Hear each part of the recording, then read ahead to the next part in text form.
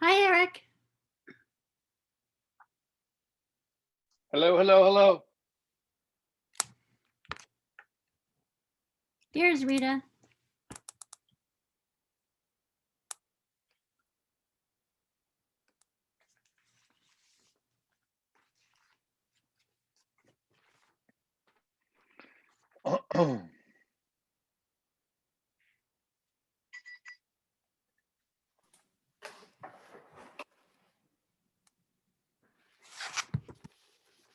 Is Linda joining us, Becky? I would assume so, yeah. I can Okay. call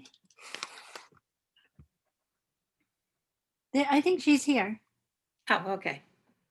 I think she's a meeting host, then she changes her name. Oh.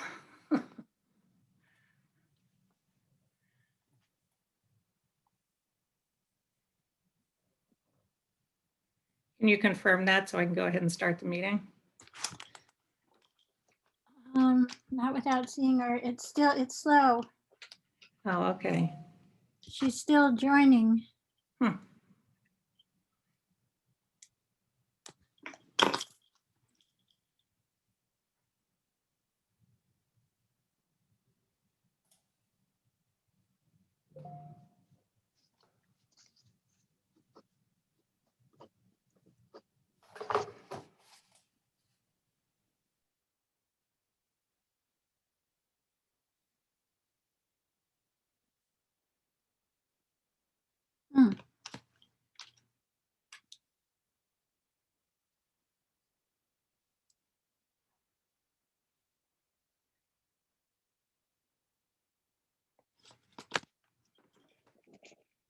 She didn't pick up. I didn't see her show up anywhere. Well, I still have.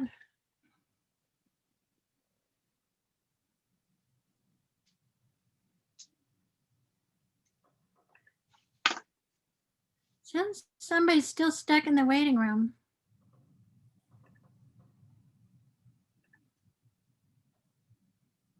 Oh, there she is, meeting host. That's probably her, no? Oh, yeah. I was thinking, Just or no that camera. could be, I'm not sure. Because she usually has volume.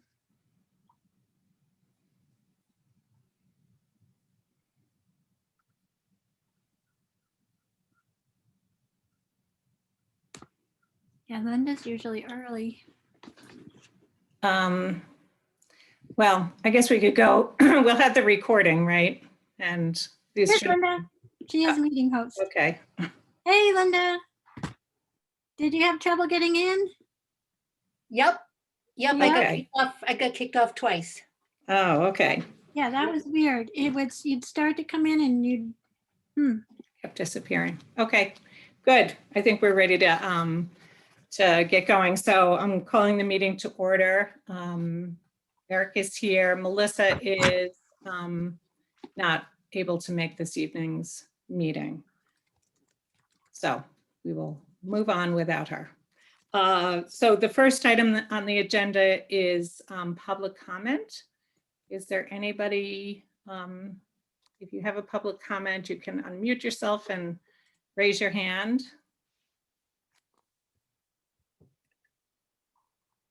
No public comment? I don't see anybody out there. Going once. Yeah, all right. Okay, that's it. Everybody's had their chance. Not to say you can't speak when we go through items on the agenda. So tonight we are talking about the police union contract, the police contract. Melissa's not here, so we're going to skip over the update on her status, PFAS update, minutes, an appointment to Lake Wyola committee, and then a discussion with Marianne, we hope, on library site selection. And then after the town administrator updates, we are going to be meeting with the finance committee just to do some year-end transfers. So that's where budget lines have been overexpended, we can move funds around, I think till the end of the month. Is that right, Becky? Is it till July 31st? It's around then. Yeah. It's a little fuzzy between the 15th and the 30th. But you, Okay, yeah, and sometimes it can go into August. The school sometimes is later. just with late bills or whatever. Mhm. Yep. Okay, so who would like to review where we are with the contract, with the police contract? Becky? I'll speak up since Melissa is a representative from the select board on the union negotiation. Currently, the union negotiation has been slowed down a little bit because of questions that have arisen from post from the new legislation that has come on police activities. And there were a few open questions about the contract that are waiting on an understanding from the new guidance from post. So the union asked that we just sign an extension that's keeping what is currently in place until the current, the new contract is signed. Okay, and is there Hopefully in about a month. any sense of timing on that? Probably within about a month. a Okay, month or all so. right, you said that at the end. Okay, good. Eric, do you have any questions? No, Okay, so we're moving right along. I think we're going to have a probably just a break at some point because this is a couple of things on our agenda are going to be abbreviated. So PFAS update. Becky? Okay, so the, Linda? I'm sorry. Do you need a motion regarding the extension? We do. yes. We need a vote. Okay. Yeah. Okay, so do we hear a motion to extend the police contract? I move that we extend the police contract until July 30th, 2021. We need more time than that. No, that's what it That's what said. it said. It So is what it hopefully says on the thing that I printed out. Yeah. Actually, I thought you're right. We do need more time than that. Yeah. I think that was it. Let's, Want to go to August 31st? Sure. All right, then I move that we extend the police contract until August 31st of 2021. There we go. I'm And just I reading will- on this piece of paper here. It says July 30th. yeah. That's wrong, what obviously. they originally said, but our first, when we met in early part of July, we weren't able to answer the questions yet. So Okay. that's a- Just to be on the safe side. Thank you. Okay, and I'll second. All those, we're going to vote. Eric? Are you, Stalker eye. okay, and Farrell, aye. Okay, moving along. PFAS update. Do we have an update from Kristen? She's here to give an update. It's at- Was that on the agenda? Yeah, it's at 5:45, right after. Oh, I The must have the police wrong unit. agenda then. Okay, sorry. I printed an earlier version. Sorry, Kristen. Sorry. That's okay. Hi, Go everybody. ahead. Hey, So I just wanted to very quickly bring a couple of things. One, our ride-along / intern, Sohan Tyner, has gone on to the basic, his boot camp that he's going to for the Army National Guard. He left on Monday. And he was absolutely wonderful while he was here, and he really grew. He wanted us to just extend a letter very quickly. It reads, to Sergeant Burgess, fellow officers of Shutesbury and the Select Board. I can't express enough how grateful I am for having this wonderful opportunity as an intern for the police department. Throughout my ride-alongs, I gained so much knowledge, experience, and day-to-day skills on how to become a police officer. I am truly grateful for riding along with these excellent officers, learning about the challenges officers may face and the uncertain situations they may come their way and how to handle these situations. I hope to utilize this knowledge and skills in my daily life as well as in the future of becoming a police officer. So thank you to the select board for allowing this. And to all the officers in the Shutesbury Police Department, thank you and stay safe. Sincerely, Sohan Tyner. He was absolutely excellent, and it just makes me so happy and feel blessed that we were able to show him how we do things here in Shutesbury. So that is the first thing that I wanted to let you all know. The second, I'm very pleased to announce, as I extended to you, I had reached out to the Springfield Police Department in regards to possible donations of patrol bicycles. And the police commissioner, Cheryl Clapperud, immediately said yes to my request. And the officers and I went out today to Springfield to pick up those bicycles.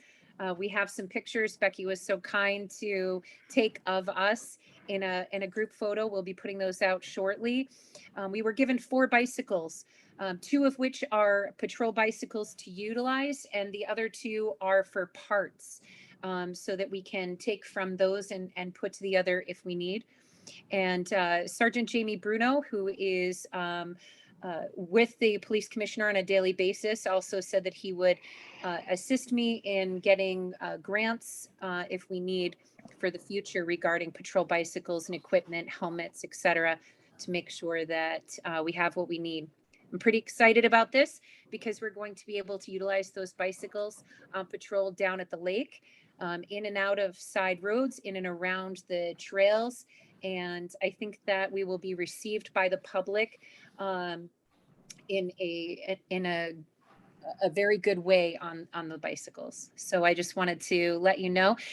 And each bicycle brand new is roughly $1,500 brand new. So we got quite a gift today from Springfield. So they also put it on their Springfield Facebook page. That's great.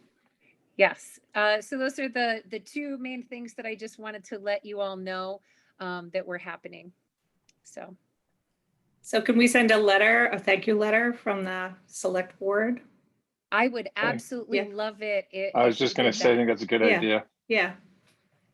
I would absolutely love that. Yeah. They were very generous in their time. We were able to get a tour of the Springfield Police Station to include their RTAC department, which is real-time computer logistics and things, and how they're able to utilize their cameras and things like that. They were just very welcoming, so it's nice. Mhm. Great. Maybe we can send them a picture with the thank you. That would be fantastic. They can put Does that up anyone on their have any- Facebook page. Does anyone have any questions about how we'll utilize the bikes in any way?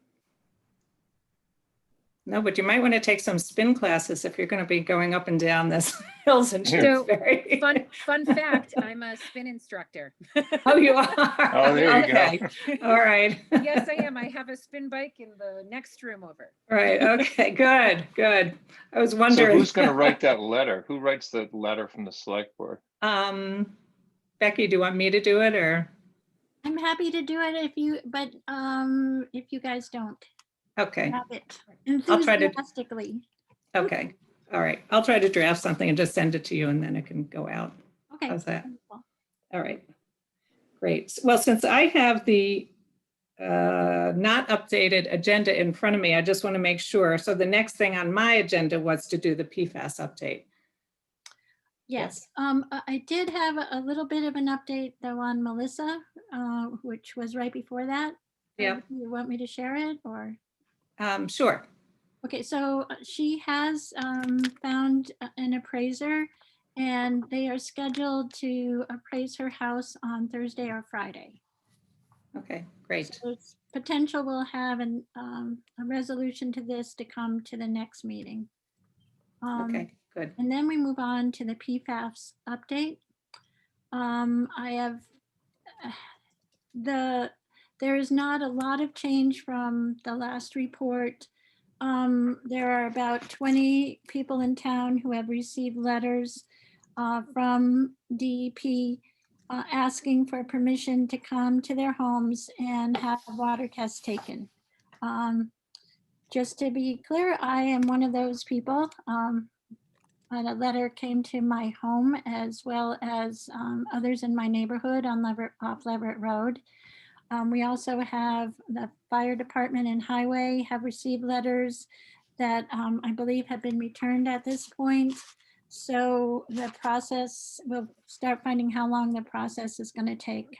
They estimated about a month, that by the middle of August, we should be getting results from this round of testing. But the tests that I know of have not yet started, but we'll keep you updated. And I know that at the last meeting, Rita and Eric have, and Melissa all are encouraging that we find a grant source to help assist residents who are having to find a way to finance the carbon filters. I don't have a solution yet, but it's, I'm working through and have some calls into DEP and other STAM members to see what sources are available. Great. And are the 20 households all in the same geographic or in the vicinity of where there have been positive tests to date? Yes, they are. They're all either around Leverett Road, around the fire station, going towards Pelham Hill, or they're on Old Orchard. Mhm. And letters, I don't know if letters were received at Lady Slipper Lane or not. I don't know how far spread they are. But she sent a file showing where the letters went, but we couldn't open it. So hopefully she's resending a file I can open and I can give you specifics of where the letters went. And I will send that to the select board ahead of the next meeting.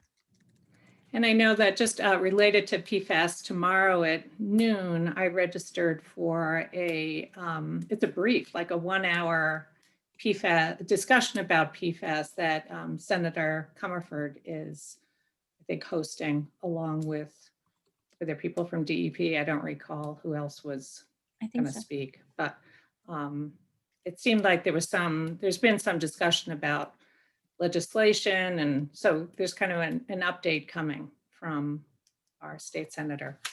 So it'll be good to hear. I don't know if people are interested, if you can still register for that or not. The registration might be closed, but if anybody wants the information, you can email me at my select board email. Anything else? Any questions, Eric, on the PFAS? Nope. Okay. Okay, great. So we have minutes of from July 6th, 2021. Have been prepared and reviewed by Becky and reviewed by me and Eric. And there is also a second set of minutes. I'm sorry, it's Yeah, I not thought that there were two sets. I just, 629. Linda also finished 629. okay. I'm not sure we can vote on those because I can't vote on them and I don't believe that Rita can Oh, vote on right. herself. So, right. So yeah, why don't we hold those off until Melissa's back? Okay, so do I hear a motion to approve the minutes of July 6th? So moved. And I will second. All those in favor? Stalker, aye. Farrell, aye. Thank you, Linda. Welcome. Yeah, those are good.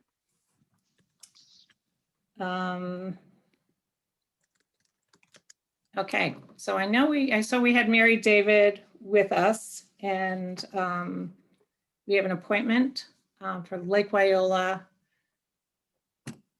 AC Advisory Committee.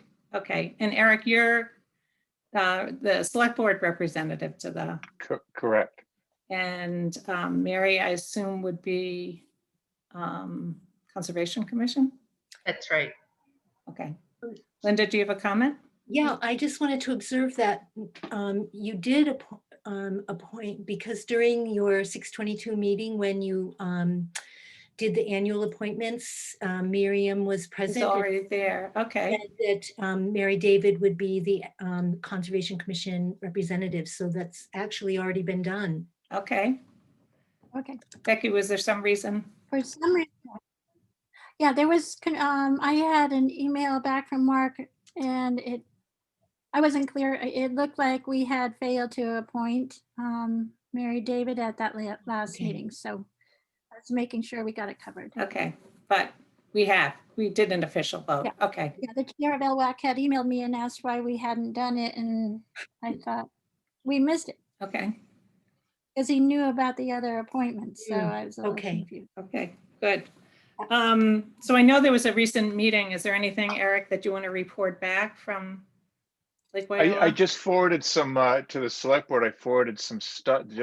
I'm not advocating one position or the other, just forwarding what they Mhm. want to talk about. I think at some point in the future, we should probably, read those letters, and they're mostly complaining about a letter, not complaining, I wouldn't really say, but there was a letter on, I'm going to say it was last September or something, that they never really got an answer from the select board on. At least they say they didn't. Right. That's all. I'm only reporting what they said since I wasn't really there at any part of it.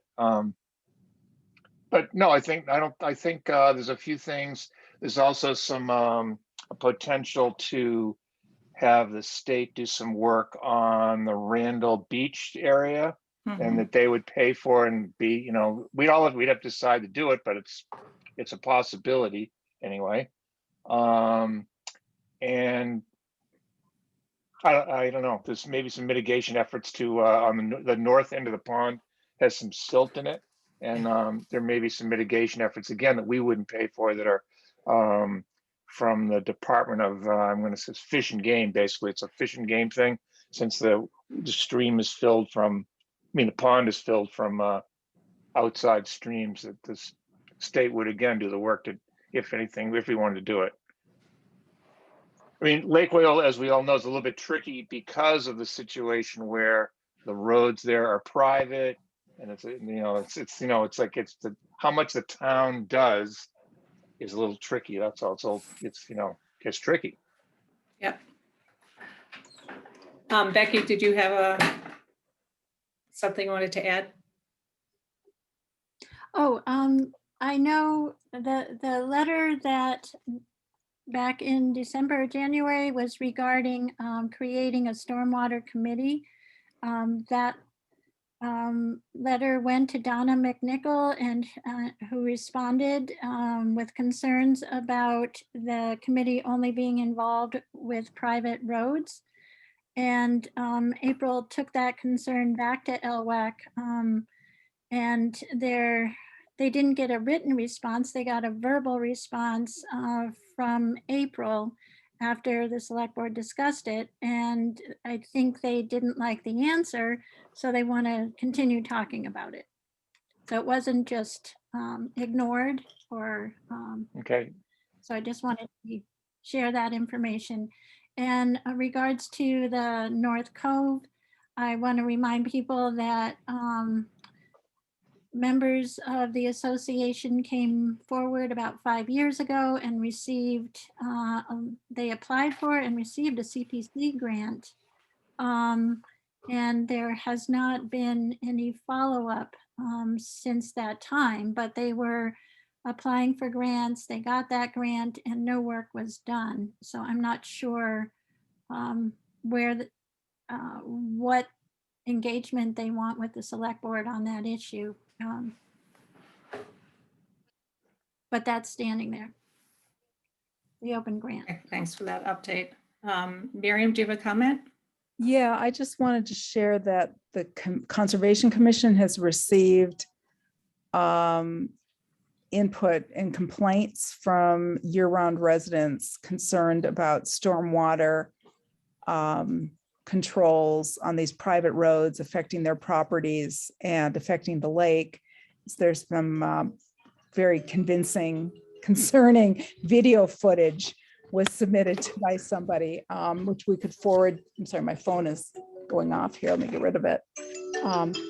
Some troubling video footage that a resident shared with us. And, I understand the concerns about private property and the private roads are not the responsibility of the town, but I think the town does have an interest in helping residents manage some of this. Plus, in the case of some private roads, it has an impact on public roads. Just as a point taken, Carver Road's recent erosion is having an effect on Wendell Road. There's been erosion on Wendell Road as a result of the private road issue. So I would support the select board at least having a committee to explore these issues. I know in the past, there's been, a lot of discussion around the private roads, and there's certain legal limits of what the town can and cannot do. And I don't know, Becky, was there ever any research done by a previous board or by you kind of outlining what the town's responsibility is or isn't regarding It's- private roads? It's cyclical. Every time a new select board member joins LWAC, 4 specific issues are raised again, Mhm. including the private roads, and they've added the beach, I mean, the town beach and the North Cove. But the problem is that there has not been developing out of a maintenance or management plan of Lake Wyola roads by the owner. And the owner is the Lake Wyola Association. So they get projects going. There's been roads committee with chairs that come and go. Tracy McNaughton was a very active roads committee chair. And they've attempted to do a lot of work, but it's finding an intersection that's legal where we can, we need to encourage them to really take a hold of their issues. They collect dues, they have quite a bit of activity, but it seems to be left to individual owners of property to put projects together instead of having a real plan. So they need to, I would love to see them really get serious about the roads issue. That's what, it's been a tennis match for 20 years where Lake Wyola Association keeps trying to lobby have the town take over the problem. And I have spoken more recently to some people who are wanting to work together with the town, but at the same time, we need them to get serious about it, sort of like the North Cove problems. They got pretty far down the road. They got a grant, and then it all dissipated and nothing happened. And that's been the story about town efforts, and when Bill Elliott was there, he grabbed a hold. He put in 40 hours a week and got stuff done for the town on a volunteer, for the lake area on a volunteer basis. But, it's tricky, like you said, Rita. We quickly get on uncertain ground. Tonight, I was just down the road looking at, the damage by your house, by Briggs Road, and with Steve Sullivan. And the contractor for the private road across from you had filled in all the drainage ditches that the town had cleared.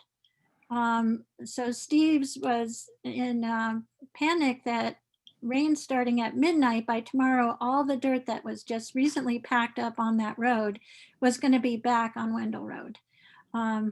So luckily the owner came in, they had a good conversation. He was going to head back out with a shovel and try to clear the areas they know are going to cause a problem. So I think our highway department does work to try to communicate with private road owners. I'm not sure, I don't know if the stormwater committee is the best approach. I think we need to find a better model where it just doesn't feel right to have a town committee that's working on private roads. I mean, we've got to find a way. Um, I think, being new to all of this, I don't have all the history. Can you But just, Mary, can you just identify yourself, like be recognized, because Linda needs it for the minute. So it's Mary David. I'm sorry, this is Mary David, and I'm a member of conservation as well as been on the LWAC and just trying to get to know things. And I think there's lots of stopgap solutions that have been out there, but there's not really been anything to really look at what's the cause to fix the cause. And I think the request for the select board really was to help with this committee to come to a resolution, because even if we apply for grants, those things would have to be supported by the town. And I think the underlying concern isn't just the private roads and the runoff, it's the runoff into the lake and the other things in the environment that are now, the runoff is to a point now that I think the environment is being impacted, which is part of the conservation committee in the town to do. So it's more it's not asking people to fix it or solve the problem, but help to participate in a group from Conservation Committee, Lake Wyola Association, and the LWAC together to try to talk through some of these issues and figure out what some of the resolution can be. Yeah, that's my new understanding. That's kind of my understanding of where people want to do. And I think Miriam can chime in because she's been here longer than me. So we'll take one more comment, Miriam, and then. Yeah, I guess my only thought about it is that town boards are already dealing with this because we are fielding complaints. And there are concerns about non-compliant stormwater systems around the lake having an impact on the lake habitat. I mean, these issues get brought up to the Conservation Commission. I guess my thought about it is, if we've been dealing with this for 20 years and there haven't been adequate solutions, and there's a sense that the Lake Wyola Association is not handling it, I'm not sure that just ignoring the problem and saying, well, it's up to them to fix it is going to lead to any resolution. I think having some joint communication and problem solving, even if we don't take legal responsibility, just seems responsible to me. So I think when Melissa is back, let's put this on the agenda, because it wasn't on the agenda for tonight. We just got Right. into this discussion because I was asking Eric for a report, but I think for our next meeting, if we have time, that this would be a good thing to include on the agenda. And maybe we can invite Miriam, you're chairing Conservation Commission now. If there's any other boards that we think should be included, just to have that. And Should be Mark Rivers from the mhm. advisory committee. Okay, Maybe great. President of the Lake Wyola. Yeah, I think we want to be clear on what they want. What do they want the town to do? What would they like the town to do? And then we can sort of, that's part of it is, I mean, not And to also- dump it on them, but it is at some level their problem, and the Yeah. private road issue is an issue. And how do they see us interfacing with them? That's all, so that we can Right. all solve this together. Right. Yeah. And be clear on who is responsible for what. Exactly. Living on a private road, I kind of know sort of what my understanding has been in terms of responsibility for repairs and so forth. So, okay, all right. So I think Becky, you took note of that. Thanks. And we got through with Mary David. So we have the next item on the agenda is to discuss site selection for the library with Mary Ann, who is calling in from Idaho, I believe, and is not till 6:30. So is there anything else, Becky, we want to move up? Maybe town administrator updates? Do that now and then see where we are. Okay.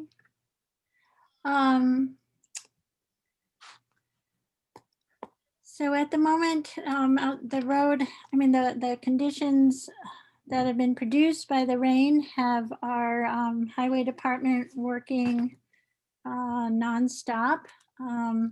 We had one highway member who was supposed to be on vacation this week and has yet to have a day off. But luckily he's been in town and able to help. The bicycles that came in today from the police department's meeting with the Springfield Police Department was pretty exciting. I don't know if Kristen wasn't able to share photos yet, but I know it's up on the Shutesbury Police Facebook page, and we'll get more photos to share with people. We'll be closing the books tonight. Well, we'll be making final transfers on the budget. And the assessor has been working nonstop, but he still is only in the office for limited hours per week. So that's another transition point that is still evolving. I've been in close communication with the assessor's clerk and the assessor, making sure that they're covering all the bases. So things do seem to be going smoothly. Our highway superintendent has been recovering from surgery, but has been available to work on doing paperwork in the office and making sure that projects are lined up.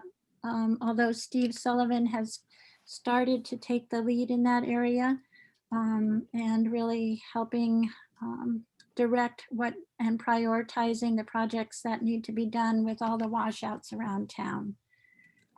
And that's, I think the last thing that's really important we want to touch on tonight is our continuing efforts to determine how to reopen.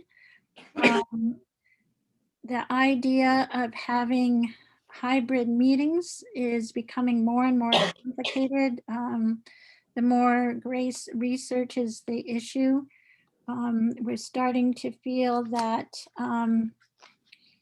outside of the traditional remote participation we used to have when we met in person, that holding a hybrid meeting where we meet in person, the committees meet in person, and then attempt to broadcast to the public is going to be very difficult to do.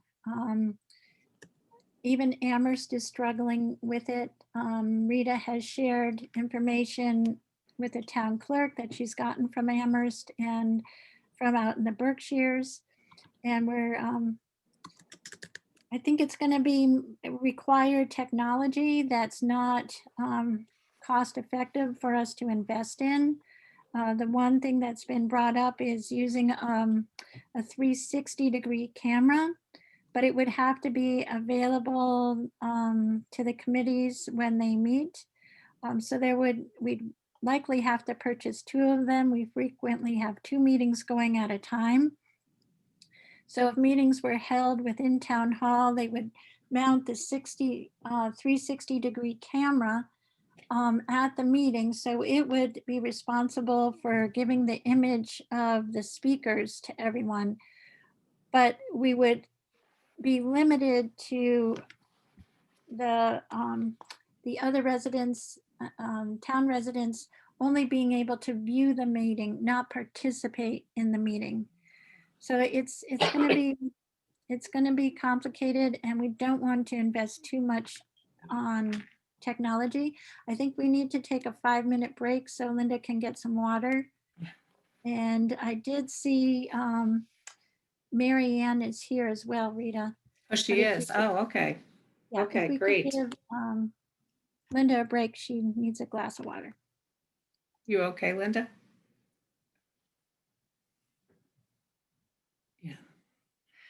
I think it just as a follow-up to what you were saying, my what I've heard from the folks in Amherst was that it's kind of, even with they have cable TV and everything else, that they're going sort of an either or. Either it's Zoom or in person, and that the hybrid just, their conclusion was that the hybrid just wouldn't work, and they did a lot of research. So I sent Grace the information to speak with somebody in the town clerk's office about what, the process they went through in figuring this out. Yeah, it's gonna be tricky. But we have the flexibility to do one or the other through September 15th. Okay. Linda? Linda? You're muted. So actually, Becky, isn't it true that you can actually, if needed, continue remote meetings till April 1st? Yeah, I think they did extend but I think at some point we have to bite the bullet. I mean, people are coming back into town hall, the doors are open. I guess monitoring how vaccinations go in the next month or so. If the Delta virus is not an overriding concern, I think people will be more comfortable meeting in person. It's going to depend how that goes, I think. And the select board will be gauging that. Okay, one more comment, Michael? Yeah, I would, I guess I would just not take this off the table in terms of a project separate from the pandemic. We've always talked about how people should get more engaged, and we're always struggling with how to inform residents. And up until having the fiber network, we didn't have the capacity to do it. And so maybe we don't do it in the very short term because there's too much going on. But I think it's a really worthwhile project to think about how to install this, and budget accordingly, whether it's, bringing in a consultant, if there's any, my understanding is there's going to be a lot of municipally directed money coming through the state. So maybe that's a possibility, but I wouldn't just rule it out. I think it's really important now that we have the infrastructure and the ability to do it, to figure out how to do it in the long term or the medium term. Yeah, I think we can continue the research and look what other municipalities do, but in bigger municipalities, they have cable TV, they have kind of resources that we don't have access to. But I think that's part of what Grace is doing, is some more research. So maybe we'll learn what other people have used. Okay, so we're a little bit ahead on our agenda, but Marianne has joined us. Welcome, Marianne. Looks like you're in some public building somewhere. I'm at the Potlatch Public Library in Potlatch, Idaho. All right. It's a town of about 900 people. And I don't know anything about this library except that it's beautiful. I took a picture of the outside, and I'm gonna, after I'm done in here, so they're letting me use their meeting room. It's about, it's about the size of the Leverett Library meeting room. So I'm not good at saying how big a meeting room is. And then the library looks like it's all one room, and it's definitely new. This is definitely a new library. So great. We look forward to seeing the pictures from Potlatch. Yes. Yeah. So I know you've come before, Marianne, before the select board to talk about sites and the site selection process for the library. So do you want to give us some background? Sure. So for the new library pilot project, to move forward, one of the things we have to do is select a site by September 30th. So of course, we continue to think about Lot 032, which was the site in the last proposal. And there is some demolition and some cleanup that needs to happen there. And then potentially some more testing before we can decide if that's a viable site. And then the other site that we considered last time around, and that I think we should consider again this time around, is the land behind Town Hall. So I went out there last week with a few knowledgeable volunteers, and we walked around and picked what we thought could be a good site for a library. And so while this isn't required at this point, I think it would be good for us to do some site work, you know, before we make any decisions. So I want to ask the select board for permission to do a perk test or maybe 2 perk tests behind Town Hall, and to do a phase 1 environmental screening, which would just, you know, have a site professional come out. They would look at the history of the use of the land and come out and look at the land and determine whether or not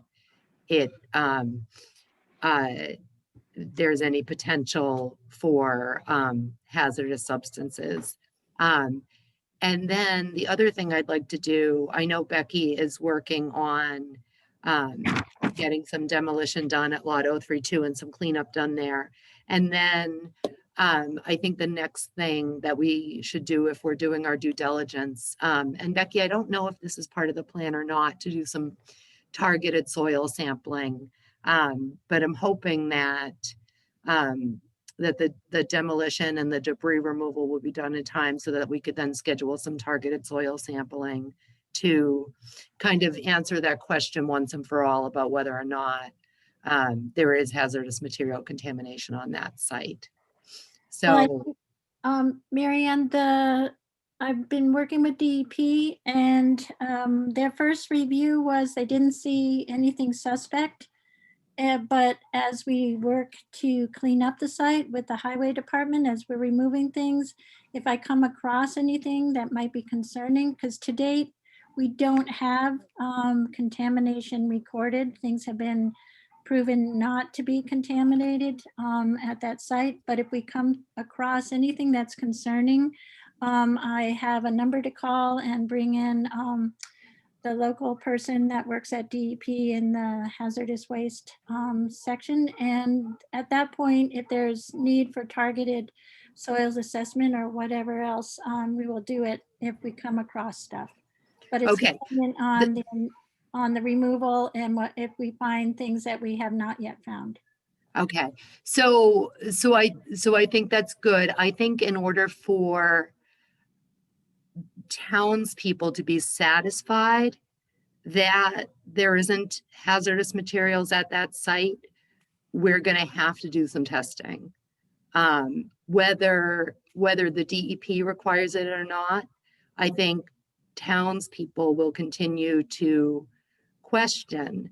And so I would just like to suggest that we just go ahead and do it. Just do some targeted soil sampling there. You know, just take it upon ourselves to just be, you know, proactive. But it's no point being proactive if you don't have some reason for questioning a particular area. So we'll need help from them to do that. Yeah, I guess my reaction is, I mean, the demolition can be done, but there's not necessarily, to the naked eye, you wouldn't know whether or not there were issues. So I don't see sort of what the issue would be in doing the soils testing. It needs to be done sooner or later. We need to know if there are problems there. And I assume it's a cost that's going to be borne by the library. Is that correct? Right. So the demolition and the cleanup, the town budgeted money to do that.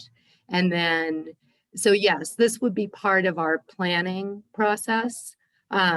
So the perk test behind Town Hall, the phase 1 environmental screening behind Town Hall, And then the targeted soil sampling at lot 032, I would just consider part of our planning, so that we can really make an informed decision that would satisfy, townspeople who are hesitant and concerned. I think there are so many reasons why that lot 032 location for a new library would just be wonderful and amazing. But if we haven't like definitively said the soil is clear, then people are going to be concerned. So I just would like to do that work and then investigate the land behind town hall at the same time. So if we do find that lot 032 does have an issue, we have a site.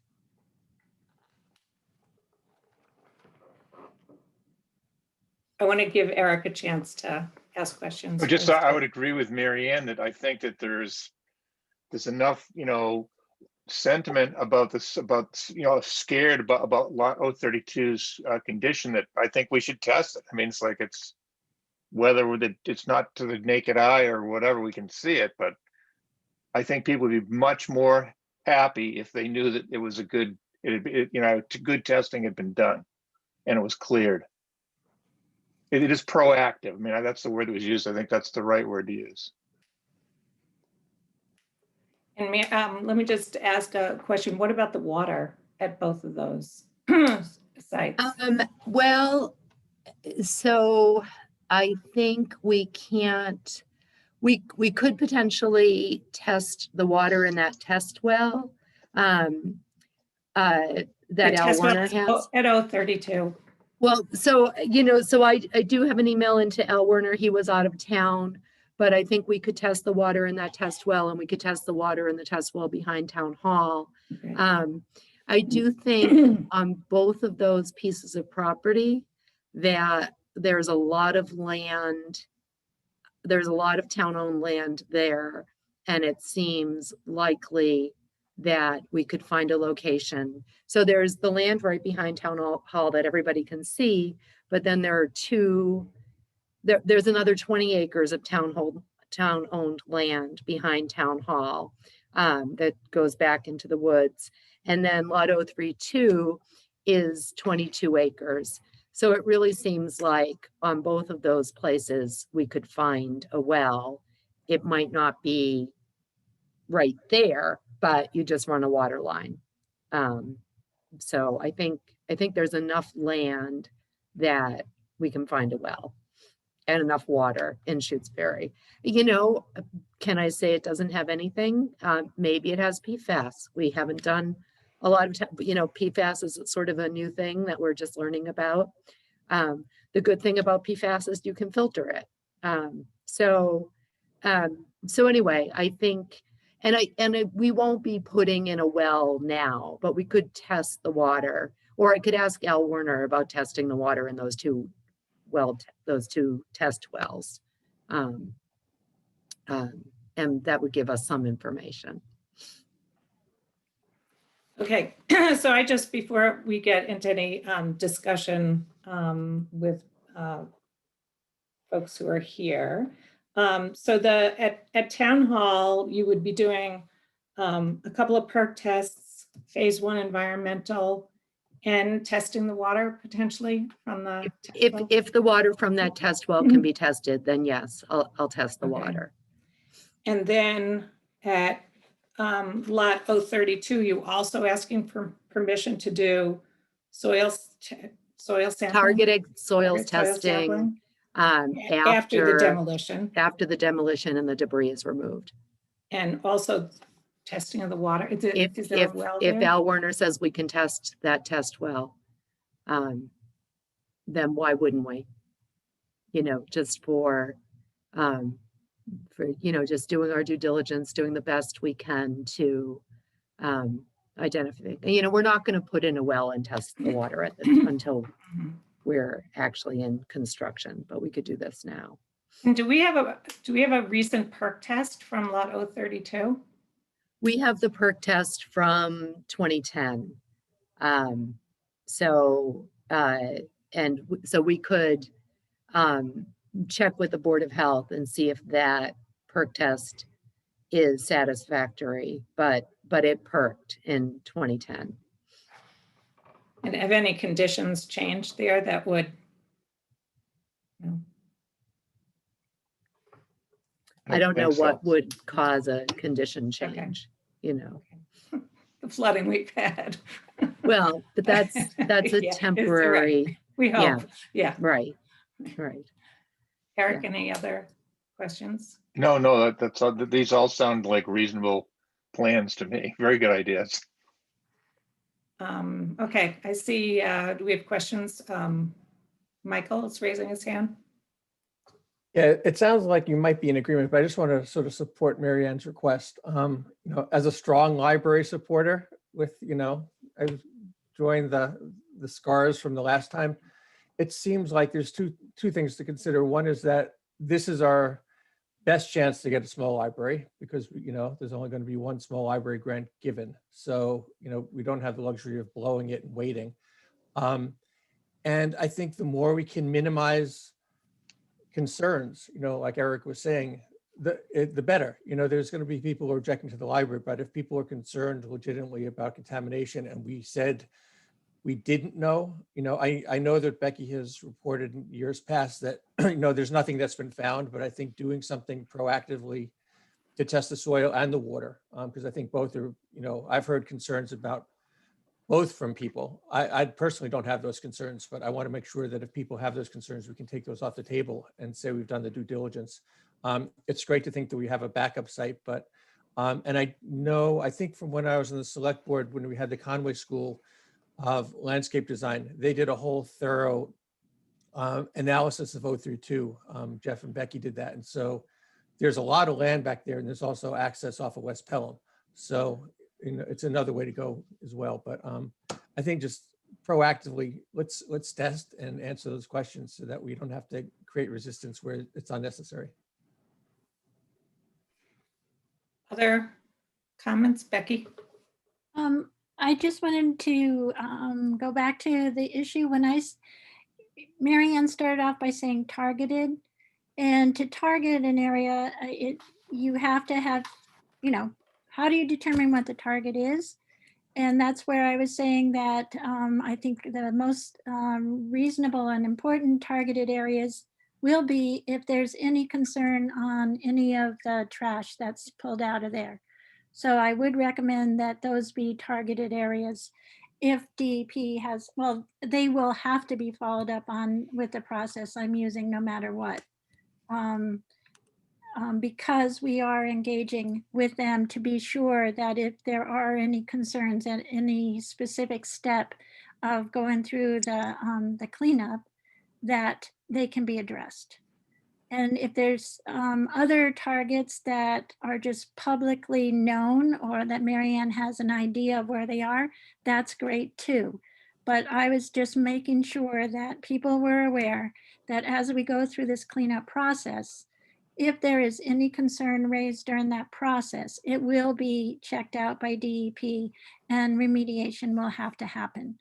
That was my point, not to say we don't need to be proactive, but the best way to address any viable concerns as we do with this process is to do what I had tried to describe, but it seems it wasn't well understood.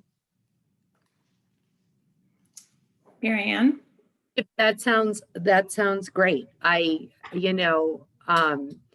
would certainly think that those areas where the debris is would be areas that we would target. And I certainly would love to have DEP's guidance in telling us where to do that testing, where they think we should do that testing.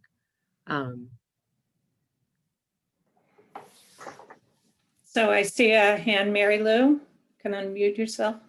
Yes. Hi, Mary Lou Conca. I have a couple of questions.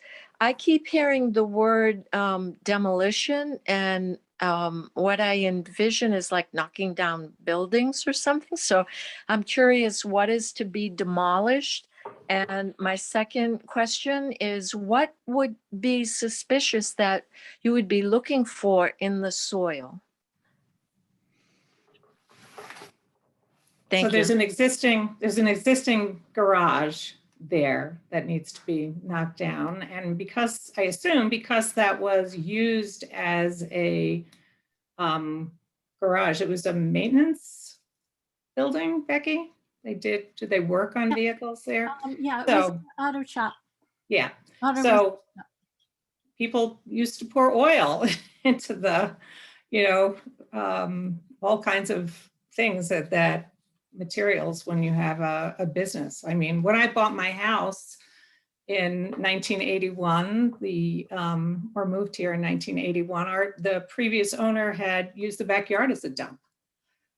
People used to do that in these small towns where there was a lot of land. So you always have to, beware of what's on your property. There's sometimes very unexpected things on your property. Thank you. Okay. Any other questions, comments? So Marianne, you're thinking what kind of the building demolition is going to happen when, Becky? Do we have a time? Okay, so the first thing that's happening is I had the building inspected for asbestos pre-demolition. There was trace particles of asbestos found in the caulk around the windows. The windows are going to be remediated next Monday by a professional firm. Following that, we will be trying to schedule a date for the demolition of the building. We currently are weed whacking 5 feet around the perimeter of the building, also in preparation. As soon as Dennis Clark can get his bigger pieces of equipment on the soft soil, we'll be able to move forward. Dennis is backed up because of all the rain in the last month, and so I can't say for certain. We had hoped to do it before August 3rd. Dennis has said hopefully the first week or two in August. Okay, good, thank you. And so then what about behind the town hall, Marianne? What's your timing for doing the testing there? As soon as I come back from vacation, I will solicit quotes for perk tests, and I think for the phase 1, well, I'll check with Becky about procurement laws, but I'll either solicit quotes or bids for the environmental screening. So I'm away until August 3rd, and then and then when I come back, I'll work on those things and get those scheduled before the end of the month. Okay, great. Eric, any other questions? Nope. So do I hear a motion to give the library permission to go forward with doing site investigation work behind the town hall, and then also at lot 032? I don't know if I need to specify what that is. So moved. Okay, and I second. So as we agreed, Marianne, you're good? Okay, all those in favor? Stalker, aye. Farrell, aye. Okay. So we'll get rolling here. 2 sites. Thank you very much, everybody. Okay. Enjoy your vacation. Okay, thanks. I'm gonna go look around this cute little library. Okay. Do a little video of it. Maybe I'll try. Try. Yeah. So, okay. Alrighty. Okay. Take care, everyone. Okay. Great. You know Thank where you. to find Take me. care. Okay, bye-bye. Okay, thanks. Yeah. That completes our agenda for tonight, with the exception of meeting with the Finance Committee. Becky, do we need to talk about what those transfers are before we start the 7 o'clock meeting? I'm happy Run to through them? pull it up on screen if you Yeah, why want. don't we do that? And then we'll probably take a break and then reconvene 5 minutes before 7. Okay. Let me just get it up online.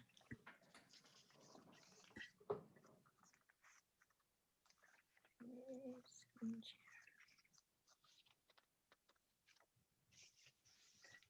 Hold on.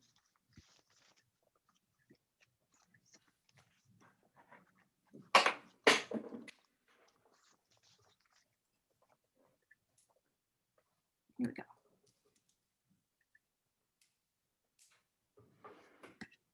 Okay.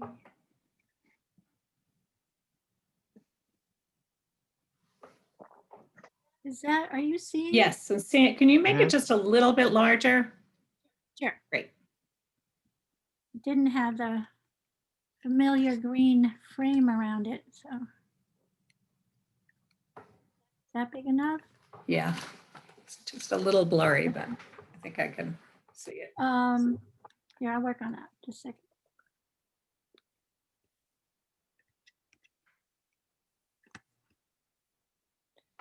Maybe just make the.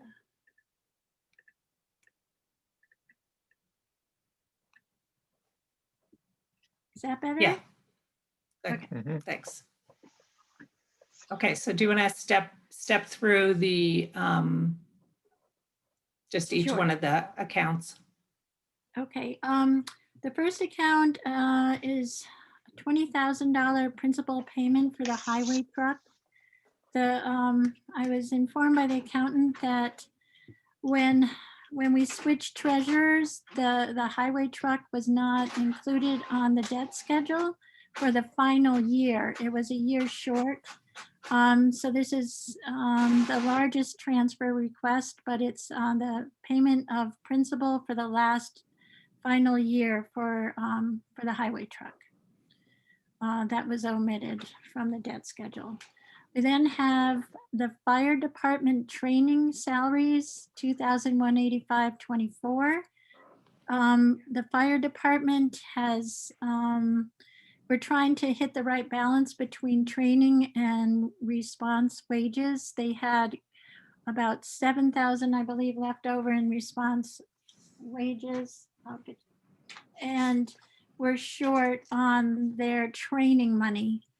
So this is an example of what the select board would vote on, to vote for the fire department salary training to be covered by the response wages.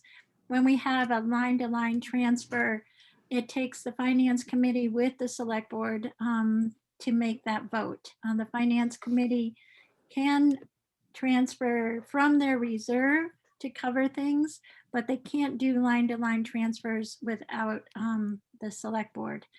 So there were a few issues that seemed that a line-to-line transfer within a department made more sense. And those are the lines that you see a code in this column and a count name after it. So are those the only ones that we need to do jointly with the finance committee tonight then? And then the rest comes from their reserve. So we'll do those first, right? With Yeah. the finance committee. Okay, good. So why don't we skip down then to the next one? It looks like office equipment. Okay, so office equipment is was short 77.93, and we were under on our IT support about $400, I think. So that seemed that they're related to each other, so we could take it from there. This one, the building's electricity was over by $1,800, and our heating was under by $5,500. What this is reflecting is we've put in a number of mini splits in different town buildings. And so some of our heat is being covered by electricity where it used to be covered by the fuel lines. So we're again trying to get the right balance between those two things. Okay, then we have the building supplies. We were over by $145. There's been a lot more cleaning materials. A lot of them have been paid for by COVID, but we've also under building supplies, one project the custodian took on this year during COVID was to do repaint the trim in town hall. And so there's been more cost for paint and painting supplies than we've had before. And so we're taking that money from the building repairs. Then the final thing is cruiser maintenance wages.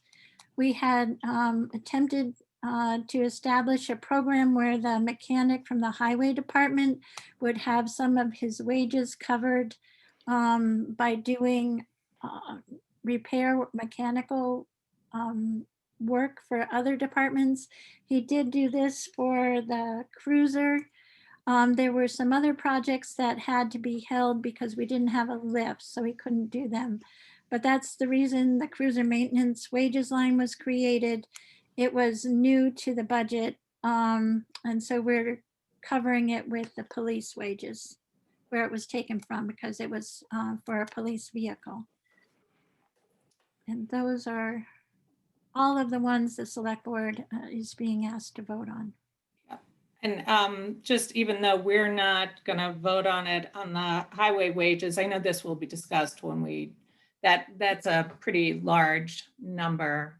And I assume there's an explanation for why that was such an overage. The last 2 years, the highway department has been short-staffed and they got very behind in upkeep of the roads and getting things squared away.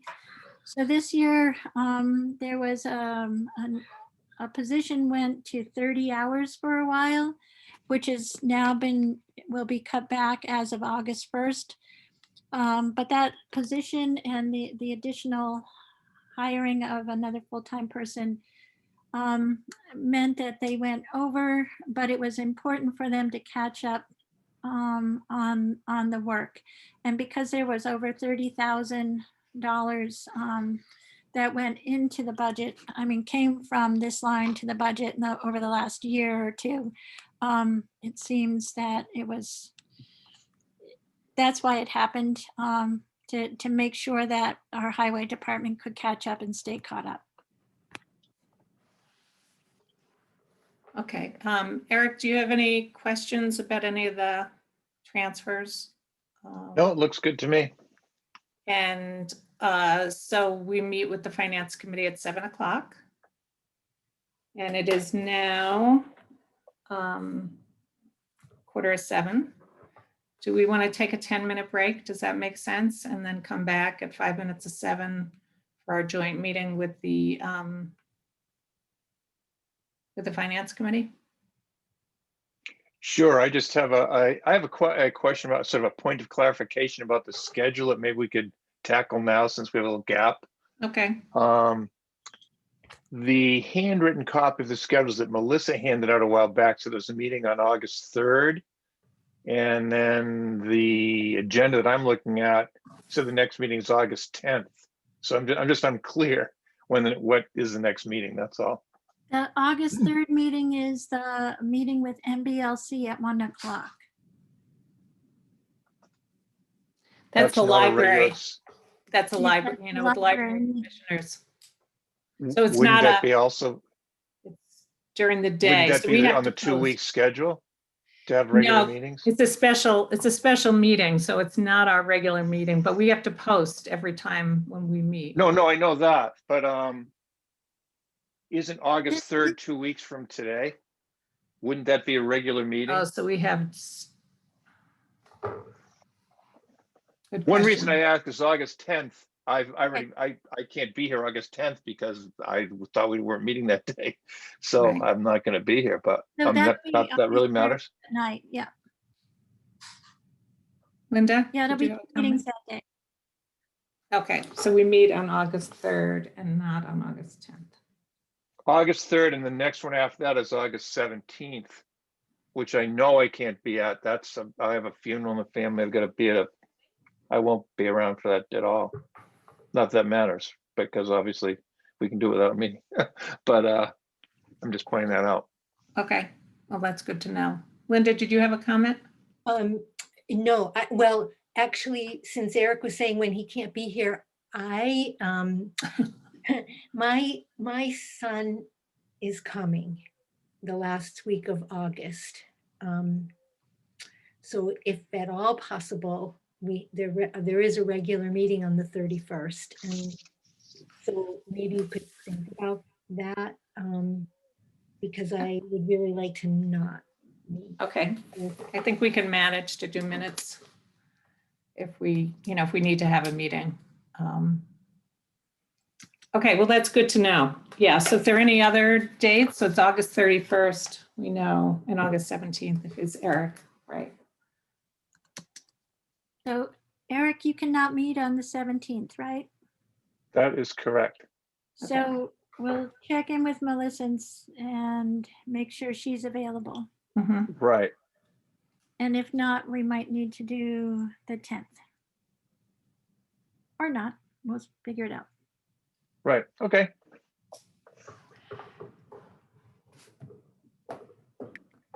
Okay. Now it's down to an 8-minute break.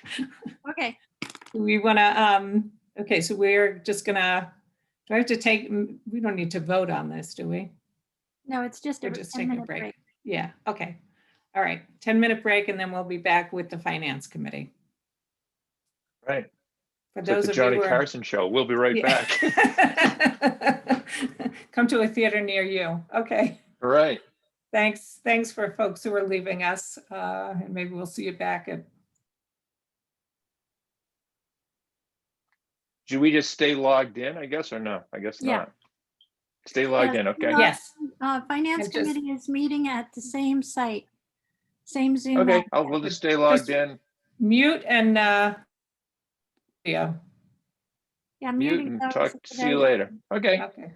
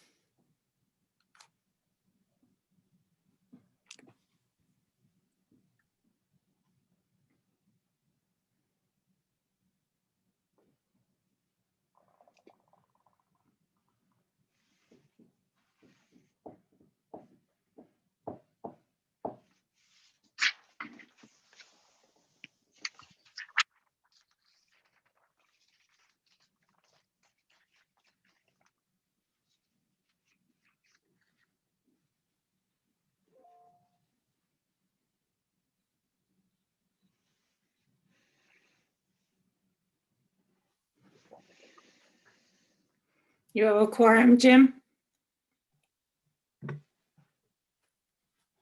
Looks like it. Yeah, I think they Hi, do. Rita. Yeah, looks, we have 1, 2, 5, 5 people. 5. So we're missing, yeah, we're not gonna have AJ, and it looks like Melody is not yet in. So we do have a quorum. I can call a Finance Committee meeting to order. Okay. And the select board is already in session Okay, without Melissa tonight. So it's just me and Eric. okay, we have 5, and we may have Melody coming on.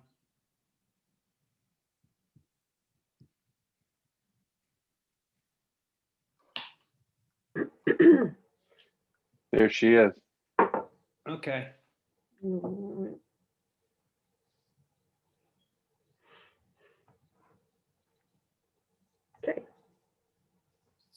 since we're here jointly, should we, are you guys still covering agenda topics on Select Board, or do you want to do the joint? This is the joint. This is our Okay. last item on our Okay. agenda. All right, so do we want to go through the year-end transfers? Yes. Okay. And we want to use what Becky sent to us just recently, this afternoon, as the basis for the transfers? Oh, there we go. There it is.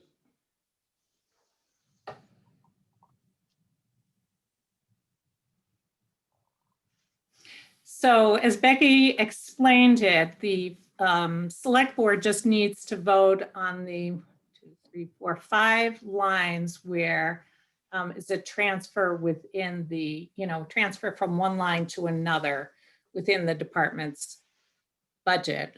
And then the balance of the transfers are coming, request is that they come out of the Finance Committee reserve.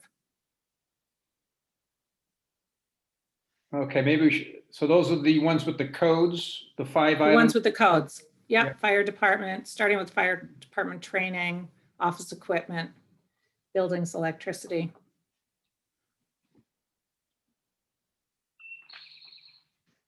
Should I just move that we accept those, or should we do those first? Do we both have to do those? Am I correct about that? Yes. Yes, we do. Yes. Becky? You're muted. You're muted, Becky.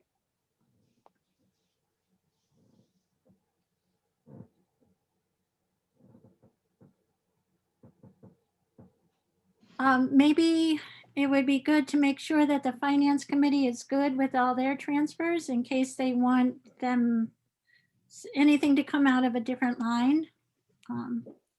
So it's best to ask that question first to make sure there's no additions.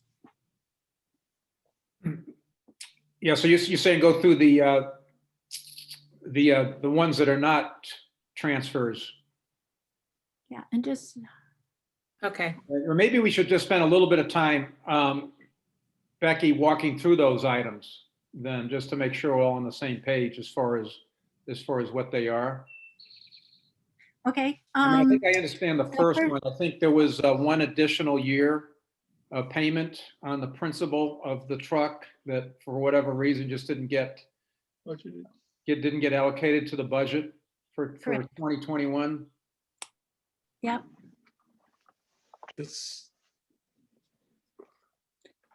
And the number 3, the highway wages, we had 2 prior years where this line, we were down 1 and 1 and for a while 1.5 highway workers. So the highway department got pretty backed up and has used this year to really catch up. And in the end, they did go over on the budget 11,000, but they'd been under over $30,000 in prior years. So this is a catch-up year.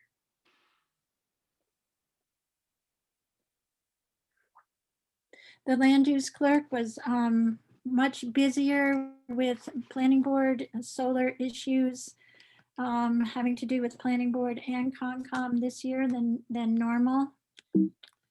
So that's why that went over. The regional debt payment was changed near the end of the budgeting process, and the change did not get caught in the budget. Building and telephone line is over. Where some of the installation costs from the prior year went against this line, and there was an upgrade to the town hall maintenance and Netscape unit had to be purchased, and some other work had to be done that were about $2,000 that drove this line over. Legal expenses just went over at the end of the month, and printing and advertising went over. Again, that line had gotten increased. I mean, the costs were higher this year because advertising costs have gone up. Any questions? Yes. I'd like to just, I'm sort of flabbergasted by a $20,000 omission in the budget for payment for a loan. I don't understand how that could have been overlooked and how it comes to us at this late hour. How did that all work out or occur? I was notified by the accountant in June. When she was going back through, she found that this was coming. She was in communication with the treasurer. They found it was due. It was omitted from the budget document called the debt schedule. And it hadn't been on there for the final year since Ryan started. So it was caused by the changeover between treasurers, because the original debt had been put on the debt schedule by the prior treasurer, and Ryan hadn't dealt with that, so he wasn't aware that it was coming due. So it was a crossover between changeover between the treasurers that we were notified of in June. And that's when I notified the finance committee chair. Yeah, I didn't know about this. Of course, the first time I saw it was today when I received the document about the transfers. And that's a very large number for an oversight. It's, I was to make a remark, that's a big number. That's a substantial oversight. And on the third item, the highway wages, I don't question Tim but I wonder why this wasn't brought to the finance committee before the money was spent. It seems like that'd be a better process than just a fait accompli that we now have to pick up at the end of the year. Those are, you combine those two numbers, we're talking about almost $32,000. That's a lot of money. No argument there. So that wasn't related to overtime due to storms in the wintertime? No, that's a different budget line, and that was under. No, this number has been in the negative for 3 months. And it has come up when we reviewed the expense report. Right. I wanted to ask also about the principal on the highway truck. Why isn't there interest for the highway truck as well? The interest at $480 was paid for out of the short-term interest line. Okay. And when it's decided what the source is going to be, why are some items, what's the criteria for determining which items should be covered from another line item versus the items that should be covered from the FinCom reserve? I was looking at things like if they're in the same department, it makes sense to do that, especially the fire department training and response wages. We're trying to figure out the right balance between those two numbers. This is the second year in a row that trainings come up higher, even though we made an adjustment last year. The reason training is so high right now is there are actually 10 to 11 firefighters coming regularly to every training this year, and that is very new. It's taken a while to build to that number. More typically you had, like 6, maybe 8 people coming to training as things were getting more active, but it's a sign that the department is healthy and that the training stipend or training wages are bringing in more people. The other one, the office equipment, is related to IT support. Those two can be interchangeable. The building electricity is driven by the mini splits being used for heat in the buildings, as well as air conditioning, but it's our heating line has gone down. And so they pair up, so the objective is to, if things are related to each other and they're having an impact on each other, that we can do a line to line. We don't have to, but it just helps It people makes sense. remember how, Becky, happening. on that same concept, I see that the building's telephone that you described it was coming out of, is proposed to come out of the Finance Committee reserve. But in the town hall budget, there's a line in here that was underspent that for, let's see, what was it? It's something more related to that. IT support, no, let's see. Equipment maintenance, which if you, I think you mentioned that the reason that number was high was because there was a rebuild of the telephone equipment, which caused the spending to be higher than budget. So why can't it come out of equipment maintenance instead of out of the reserve? I wonder. That's great. We can make that change right now. It seems to me that that would be a good way to fund that in this case. Okay. Does everybody agree with that? Yeah, I agree. I was wondering why we couldn't take the last three items, the two underneath that too, whether there might be some place that those last two fit. Also, legal expenses and printing and advertising. The legal expenses, the only thought I had was tax title, but I wasn't sure. What do you all think about that? That one was more questionable to me. I think at the end of the day, it doesn't matter. It's none of it. It's not going to have an effect on anything. It's the bottom line is the same amount of free cash is going to come into free cash, right? Yep. Yeah, So I'm it's not more, sure that we from need my to get perspective, it's more about accuracy, about, if we're. a consistency of the policy. Sure. Yeah, yeah. I have no objection, but at the end of the day, I don't think it really matters. It's We got a gazillion different accounts here, so there's frequently there might be one that fits.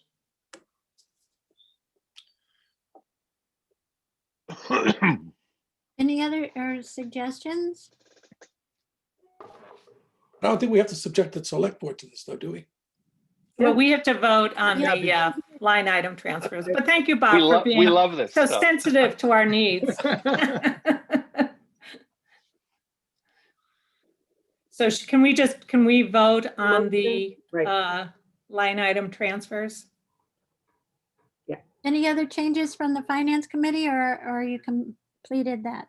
Yeah. Changes. I'm okay with it. Okay.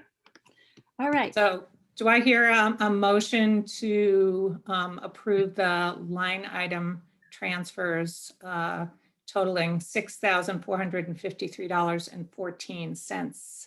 It's increased, Rita. No, It's sorry? increased by 2,191. it moved. The total moved. It used to be 4,000 something. Right, it just added up, right? Yeah. That's Becky? correct. Okay. So the new total is that should be right. Yeah, Yeah. is $6,453.14, correct? Yes. Okay, you already made the change. Yes. Yeah, Oh, Becky made the change. oh, wow, it's fast. Yeah. Yeah, I double checked it. It's right. So I hear a motion to approve, So moved. and I will second. All those in favor?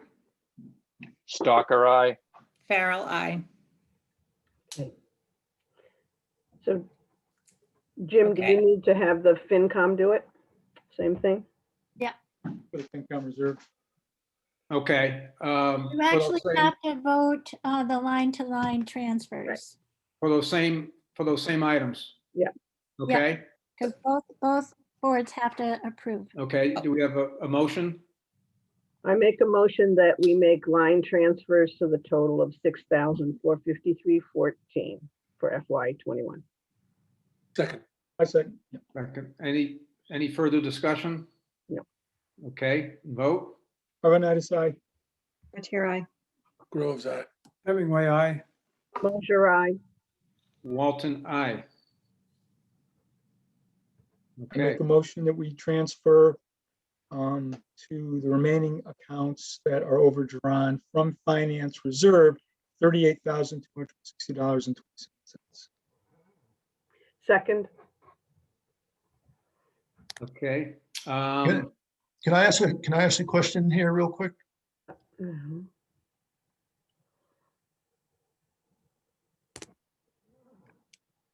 Yeah, okay, yeah, Michael. Yeah, the cruiser maintenance thing, I sat in on a select board meeting and they talked about this a little bit. Cruiser maintenance wages. This one's kind of, I'm not really familiar with this one, but what's my understanding is that the highway department had a mechanic that was working on some of the highway equipment, and he was also doing some work on the cruisers. And I know there's a budget item for cruiser maintenance, but I don't know.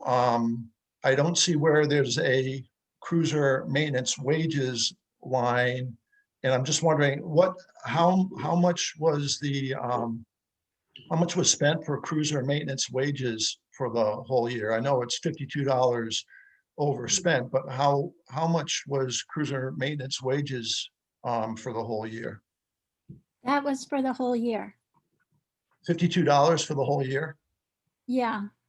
The program started in the second half of the year, and then the projects, they needed to invest in a lift to do the other projects that the police needed. And the purchase of the lift has not been made at this point. They haven't found a deal that's good enough to warrant doing it. So, well, then my question is, so the highway department staffing has gone back to like three people and like one part-time person. So is there going to be someone available to do maintenance using that lift and everything? Well, at this point, we're uncertain. Moving forward, so Tim is still evaluating the cost plus, figuring out whether it's worth the investment.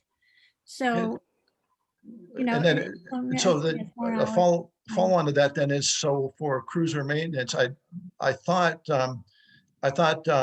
Dan Hayes at ESP was doing most of the cruiser maintenance and everything, and that's where the cruiser maintenance expenses were coming from. But is that going to change then? Is the cruiser maintenance going to get reduced if we're doing our own maintenance from the highway department?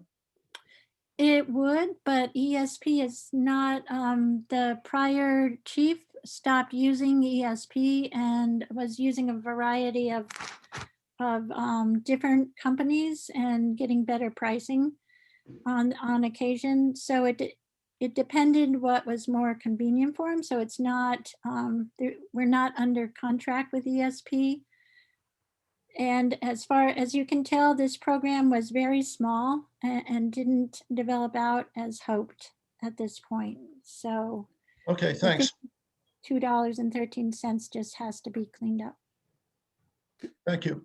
I just want to bring something up to, I don't know if it'll clarify things, maybe it'll confuse things, but the expense report shows cruiser maintenance as something where we spent, let's see what it says here. It says police cruiser maintenance, page 2, line 702, that we spent $4,332, which was 79% of the budget. So I don't know how that all fits in, but that's what this expense report that I received has in it on page 2. So how does that fit in with this? It seems like it was underspent according to this document. Correct. They spent $4,332.52 on cruiser maintenance to date. for Okay, that, for that last fiscal year. okay, all right. Savings in the budget were made. Okay.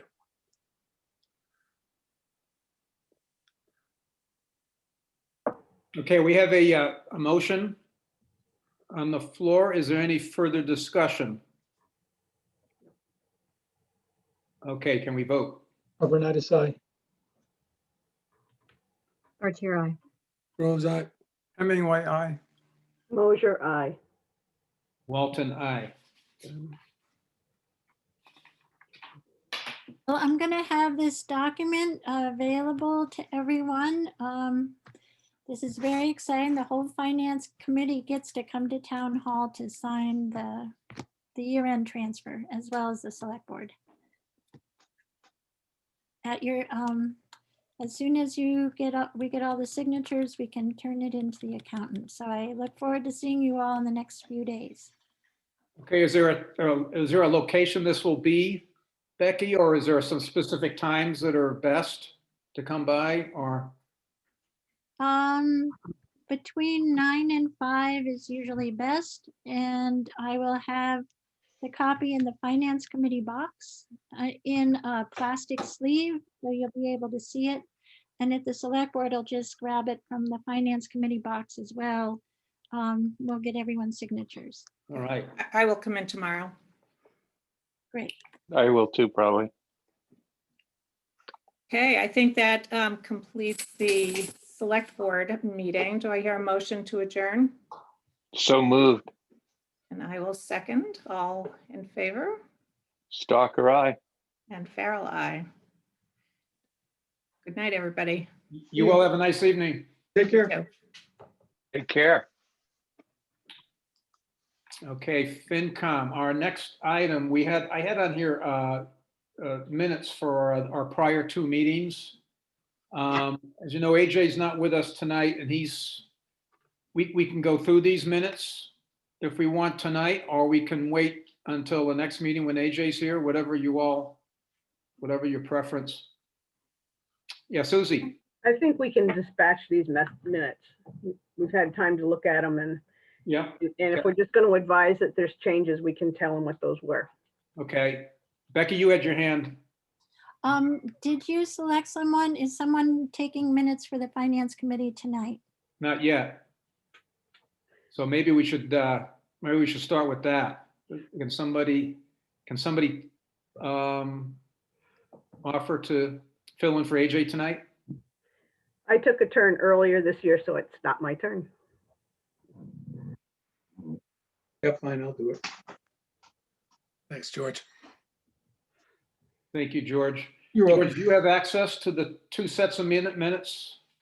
Meeting? AJ sent them, right? Yes, Okay, yeah, I can modify them. they are, Yeah, I'll find it. I got it here. All right, so we're gonna go over actually, I don't see them attached here. Isn't that yeah, what he sent these some weeks ago. Well, I have the Word documents that he sent a couple weeks ago. Yeah, What I that's- don't have is the ones that we can, yeah, I thought he said he was going to send, yeah, that's fine. I'll just make a note on what the differences are somehow. Right. That's not going to be fun. Okay.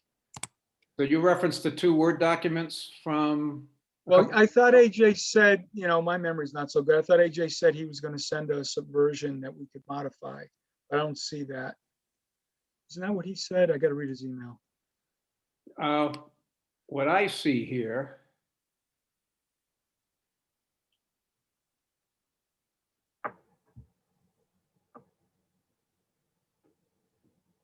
Yeah, he just suggested someone marking up he did say attached. Yeah, that's, They're not really attached. I think he's looking at his original document that he forwarded. all right, I'll muddle through. What I'm going to do is whatever we change, I'm going to make a record of it and I'm going to send it to AJ and say, here's the changes we made to the minutes. That's good. So we're going to start with the 18th. How about Tuesday, the 7th, May 17th? No, that's the 27th. I have a set of minutes called Tuesday, May 17th. It was when we reviewed the warrant articles and made our decisions. Yeah, I got that one too. I don't have, well, I'm gonna have to go looking for that one. Also, And the other one's the 12th, right? Then wait a second. the 27th, I believe. Do I have that one? The minutes that he forwarded to us, there's really only two sets of minutes that were still not work finished, and it's from the 18th Which is a Tuesday. and the 27th. So what's the ones called Tuesday? I have ones called Tuesday, May 17th, and I have ones called Tuesday, May 18th. So the question is, when we went through all the articles and gave our votes, Well, Tuesday, there was no May 17th right? on a so- Tuesday. So he's got the date goofed on it, but I don't believe we've approved the minutes that he took that were the FinCom reviewing every warrant article and making a vote on it. I don't believe so. Where would that be? I would It look. says May 17th, right? Says May 17th on it, but you can't have May 18th and May 17th both be Tuesdays, so. But he sent us two sets of minutes. One is labeled the 27th and one is labeled the 18th. And they reference the 27th and the 18th. And those are really the only two meetings I'm aware of that we don't have approved minutes for. So Jim, do you have the minutes that went through every article? It reviewed them and we made our votes on them. Do you have that? Yeah, and if you look at the minutes from Yeah, what the hell are these?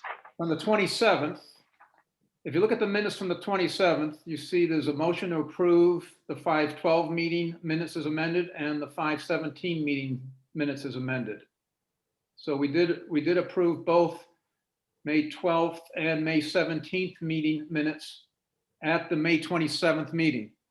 Let's see. Did you change? See that logic? What's that? Yep, I see that. Now let me look in May. Don't see the 27th.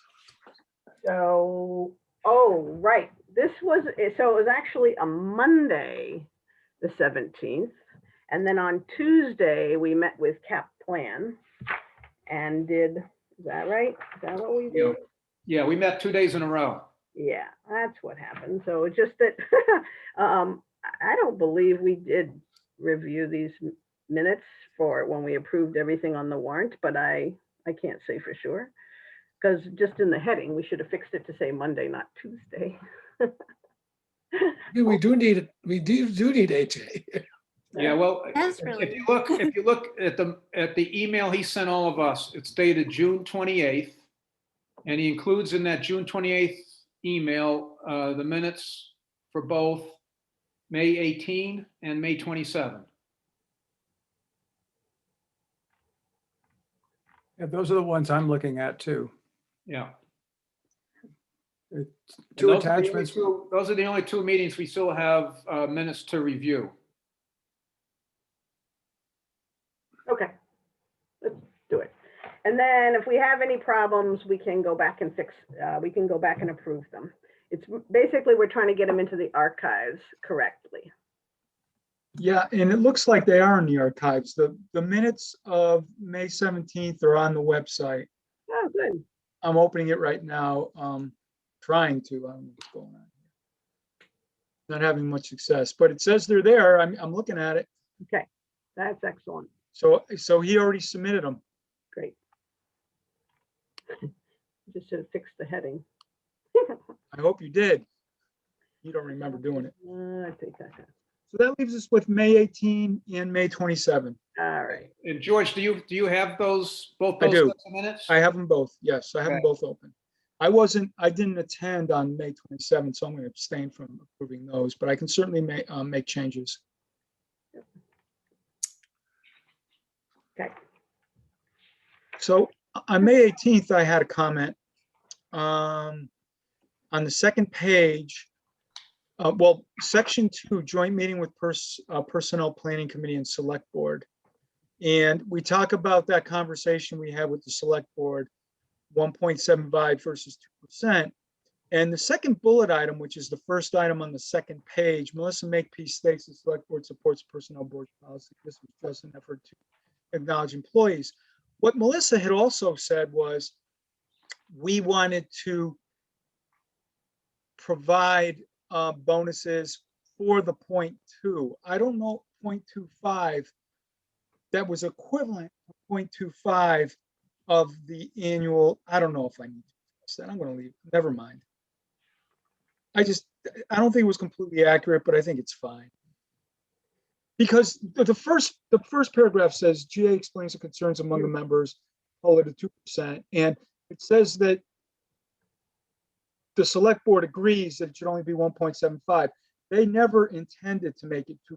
That was the message we got, but it turned out the select board said that was never what our intention was to give a 2% COLA. And so Melissa had said that, but we don't necessarily state here that the select board never really wanted.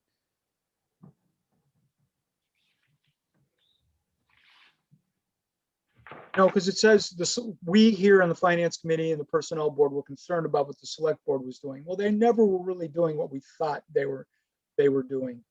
Right. And we don't acknowledge that anywhere in these minutes. I'm not sure the best way to acknowledge that, though.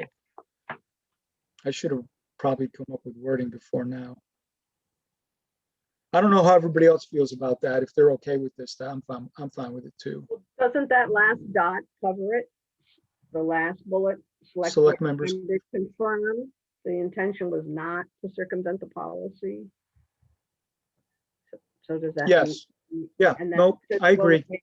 It will remain at 1.75. Okay, we're all set. Yep, I think yep, that's fine. You're right. I only had one minor change, and that's under members present, and it has George present twice. So George, you're only allowed to attend once. I don't get 2 votes. Yeah, that's true. All right, I'll have that. I'll have them strike that. Good catch.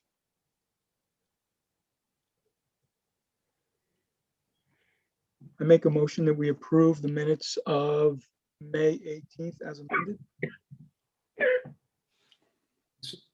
Did I hear a second? Or was that a cough? Was that a cough or a second? Second here. Okay. Second. All right, are we good to vote? Arvanitis, aye. Aye. Groves, aye. Hemingway, aye. Closure, aye. Walton, aye. And if we can go to the the May 27th meeting minutes. Does everybody have these, the May 27th? Yep. Where did it go? Let's see. Yeah.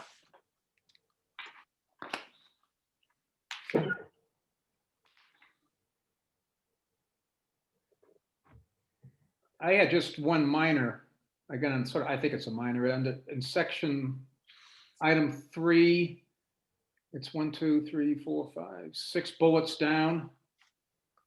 Susie Mosier states that we can use their report to guide the discussion. I was just going to suggest we add annual report in there, just so that we all know what kind of report we're referring to here. Yeah. Maybe say annual FinCom report. Yeah.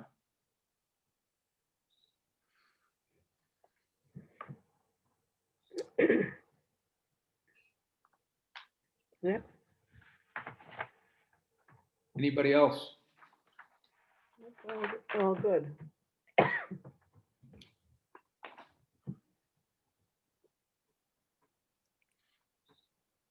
have a motion to approve the minutes, May 27th.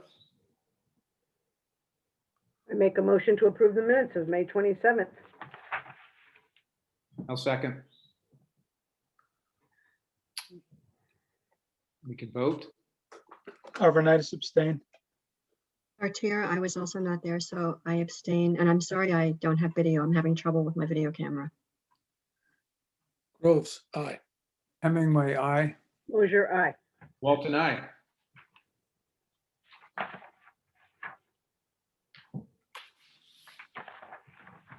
Okay, our next item we have on the agenda was the all-town meeting debrief. And this was just meant to be an open discussion about, and this is, if we can still remember that we did have an Old Town meeting, or excuse me, Old Town meeting or annual? I'm town? sorry, an annual town meeting. If we can still remember that we had one, not much less what happened there. Maybe have an open discussion about our takeaways or how things went, at least from a perspective of the FinCom.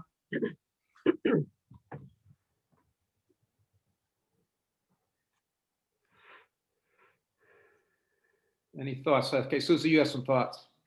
Yeah, I feel like when we go to town meeting and present a budget, it reflects some goals, and Jim, you stated that well, that we were trying to balance low taxes, services, capital projects. And I felt like the town meeting was in good support of those. They voted to support the things we put in there, and I believe it's because they feel that we're taking care of the town, and that's reflected in our budget planning. Okay, hey, Bob. Yeah, I just want to say, I think that this is something we have to discuss between now and the next town meeting, is the way we handle the whole issue of the minority opinion and how it's expressed or not expressed or what have you. I feel that that wasn't really resolved to my satisfaction this time. And we went in there without really having a kind of a consensus about how to do it. And then we just sort of went, we went at an ad hoc approach. And fine, I'm not pointing the finger at anybody, but I think we could discuss this year. I hope we put it on our agenda at some point in the near future. And maybe we'll be able to we'll have a better approach next year. I say that without any bias, but just I think that the committee needs to have a good hold on that one, a good sense of what the right thing to do is. I have my own views, as you know. I think the minority on the committee could be expressed at town meeting, because town meeting is the time for the citizens to vote, and they need to hear the full range of opinion on this committee. That's my opinion, not just the majority of the committee, but the full range of opinion and analysis from our members. So, but again, I think we should, as a committee, deal with that this year. I would say if there's a minority, I guess we definitely need to talk about that before annual town meeting for sure. But you're assuming that there's going to be a minority opinion next year. There might not be. Right. You might all agree with me, George. Yeah. The other thing is that this meeting is the moderator's meeting. And so any discussion about the role of a minority report includes the moderator. And he gave us an explanation of his understanding. We could still have a dialogue, but it definitely has, he has a role.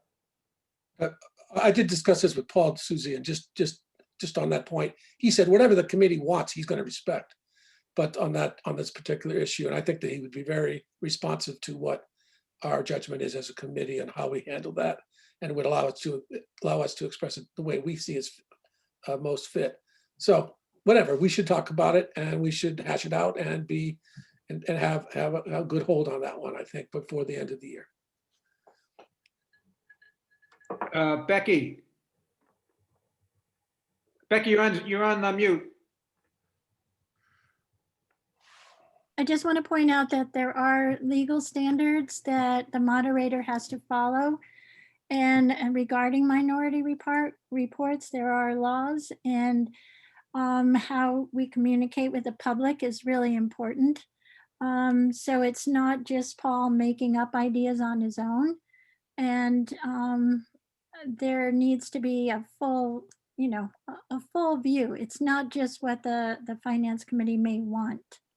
It's more important. It's how the public is served through the process. Yep. That's all. Yeah, Mike. Yeah, just like to say kind of on that topic that I think it was pretty obvious that the warrant articles that are presented at town meeting, there's only one way that those can be voted. And it's the way that they're presented on the warrant. It was pretty obvious that there's an attempt to make some changes to the articles that were denied by the moderator. And I think that doesn't serve the townspeople very well when there's no avenue to make any changes like that. And there's been some discussion about how to do that, and a lot of it hinges on being able to get information from the town, the finance committee especially, not in the last minute before town meeting, but at a reasonable amount of time before town meeting, so that if there's a potential for doing a citizen's petition or something like that, there's time to get that put together and everything. So I'd ask that you folks really abide by the deadlines that you've established, and not be making any last minute changes that are going to have a negative effect on people trying to voice their opinion and make some changes. Thanks. Melody, if you have something, you said you have some difficulties with the video or the visual side. If you want to speak up, just maybe if you raise your hand or just start speaking up. Perfect. Perfect. All right. Any other, Jim? Yeah. It seems to me that by the time all the warrants arrive to be voted on at annual town meeting, it's sort of a fait accompli at that point. It's impossible to reach into the budget and make any changes for reasons that our town lawyer said, and Paul Lyons echoed. So really, we as a finance committee have to be more open to hearing comments and criticisms and display and giving info to town voters so that they can influence us well before this whole stage, the town meeting stage takes place. They could vote up or down on, simple issues, but budgets are really complex. There's all these lines and everything else, and people are confused. And it really, all of this has to be done well before we even get to annual town meeting. And that's a problem that we're going to face year after year. Becky, and then Bob. I'm sorry, not Becky, Susie. Yeah. So the process is long and open, and there's minutes and there's public attending. We hear people, we don't always agree with them. I don't find myself not hearing them. I do find myself not agreeing with them. And I don't know how, we've had citizen petitions from Mike and other people trying an effort to change the budget, and those didn't pass. So I don't see it as a closed process. It does take time. We don't get some of our numbers till later in the year. It's a lot of work for a lot of volunteers to get their numbers in, and that is a very public process.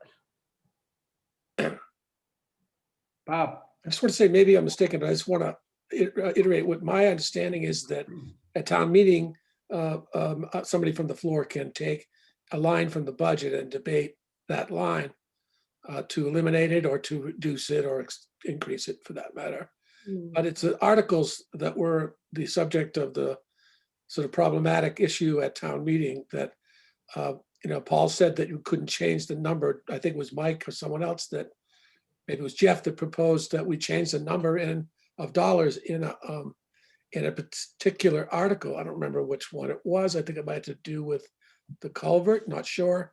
But then it was said that number was too big to change at town meeting because the public who had been informed of the printed number would then may not have shown up, or whatever, or would be disallowed some participation in the different proposal. I found that reasoning a little bit hard to understand, particularly when a big number was changed later on down the line of an article having to do with the culvert. The bid came in and we changed the number much more than the proposal that Jeff made, which was not to do with the culvert, obviously now that I remember it. It had to do with another item, another article. So I think this is something we have to discuss again as a committee, and we'll sort out with the moderator. What exactly are the standards? Since we did change an article to, I think, about a tune of about over $2,000, maybe $3,000. And then the proposal that Jeff had made was something far less than that, and that was considered to be too large a number. So I was left a little confused by that. Becky, Bob, I think one key factor in what you can do and can't do, you can decrease a number, but you can't increase a number.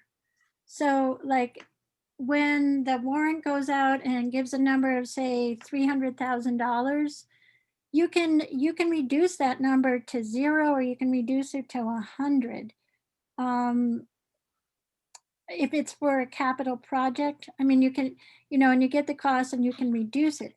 It's when you increase a number that the public has had no fair warning of a larger number. So if they were comfortable with the 200,000, making it 100,000 is acceptable, which was the case in the capital projects that we made changes in.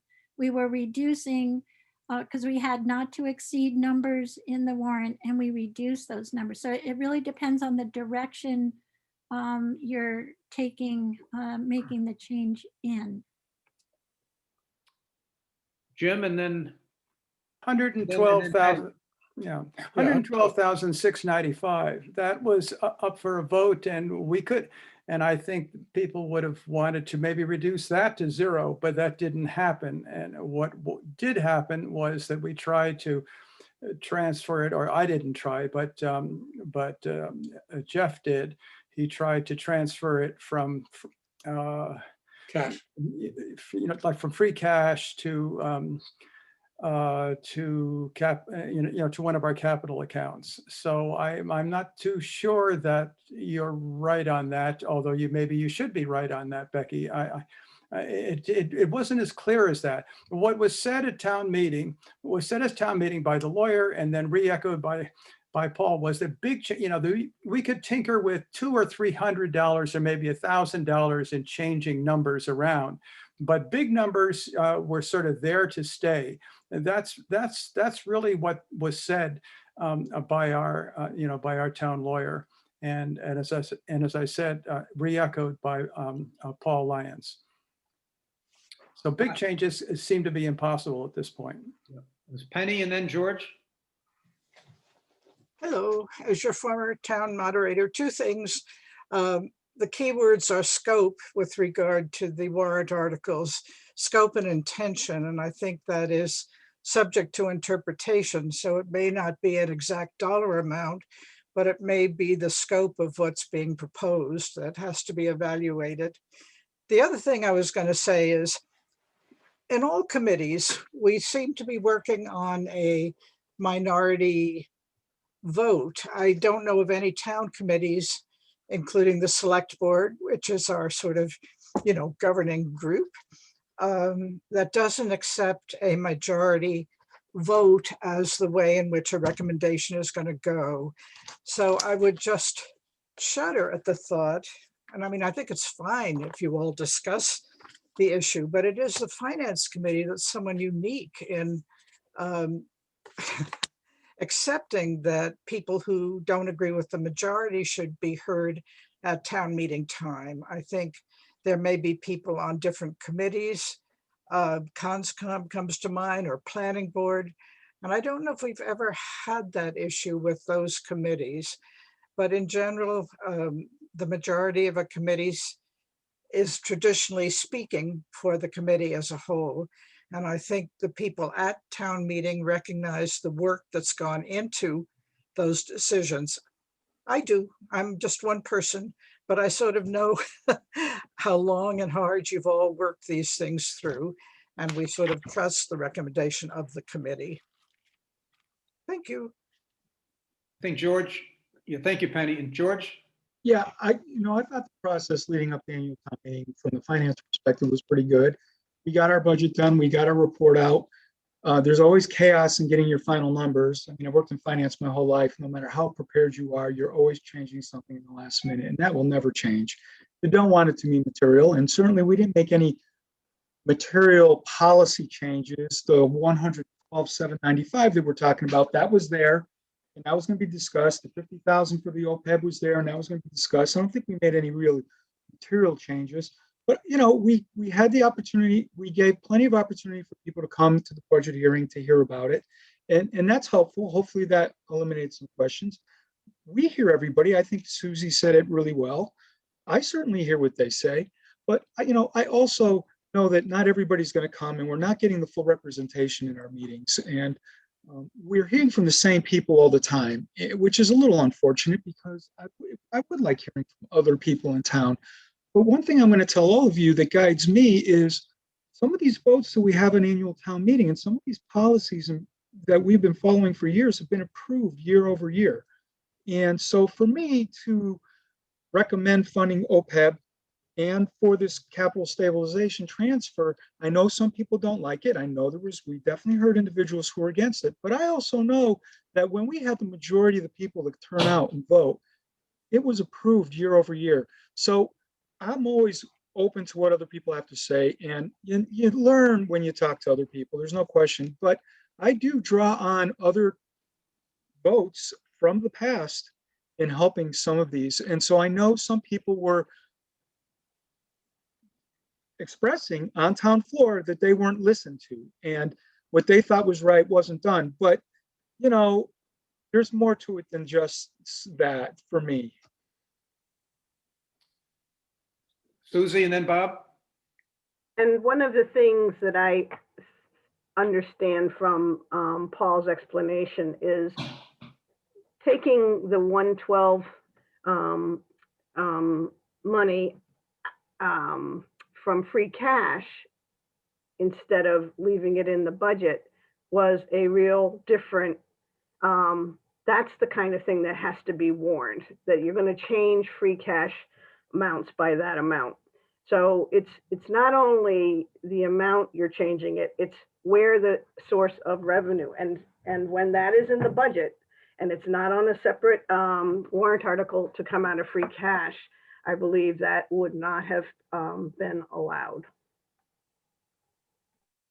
Yeah, Bob. I just want to say I respectfully disagree with Penny and George and Susie, but the reason I do is this: it's like this. Finance committee, we all know its opinion, its recommendations carry a lot of weight at town meeting.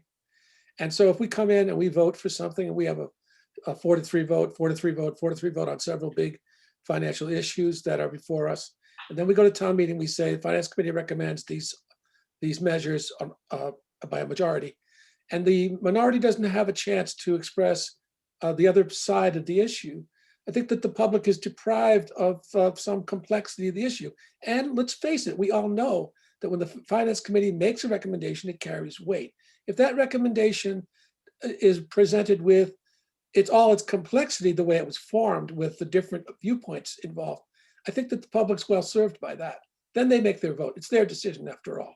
But, we know that the finance committee recommendation does carry a lot of weight. If it's presented as almost as a uniform opinion, then that's mischaracterizing the issue to the public, and it's not going to be well served in that regard. That's my opinion. Becky. I just want to acknowledge I saw something at the annual town meeting I had never seen before. The finance committee budget, when you guys approved it, I believe unanimously, is that correct? Before going to town meeting? I actually abstained from it. Well, I would check the record, but my recollection, even that to have, and I'm not sure what you did at town meeting, but I know not everyone supported at town meeting. And that was really odd for people to change their votes between writing up their annual report and preparing for annual town meeting, and then being at the at the meeting. It was like the annual town meeting became its own experience in some ways. People were behaving differently than documents that had been sent out and prepared in advance.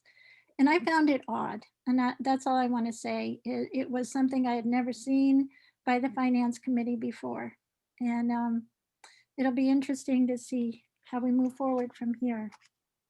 Yeah, just for the record, yeah, it was a unanimous decision. The Article 4 was a unanimous 7-0 decision by the Finance Committee. Okay. Yeah.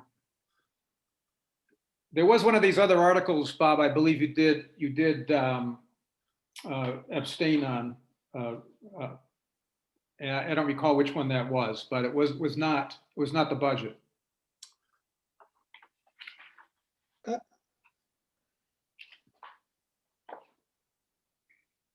Jim, can I speak? George. Yeah, Bob, I think your point about the dissenters, the minority speaking on the floor is very important, because people do need to see both sides of the issue, and they need to see the pros and the cons, and everybody weighs the pros and the cons differently. So I agree with you. We probably have to talk about this. Hopefully next year we'll all be in agreement, but if we're not, I do see a benefit to debate. I strongly believe in good debate. And I think it does. I agree with you. It benefits everyone on town floor in that meeting when there is that conversation. And hopefully we can have these debates without vitriol, and I think we did. I think we did fine. I don't think it was personal, and I think that's good. Paul had a way of doing it. We can talk to him about next year, but I have no objection to hearing other people on our committee pointing out why they disagree with the overall committee. I don't think that's harmful. I think if it's done right, if as long as we don't make it personal and everybody understands we're acting professionally, then the crowd will react the same way, and it'll be much more respectful. Susie. I think if we, rather than argue this back and forth later in the year as part of the discussion, I would want to have all of the rules that pertain to this to be clarified, and then a proposal of a process for this brought forward. And I don't find that those kinds of things helpful to do during our general meetings. I feel if somebody wants to form a subcommittee and look at something in depth and find the statutes and find the rules that pertain to it and then make a proposal, I think that's much better use of our joint time than just having arguments back and forth.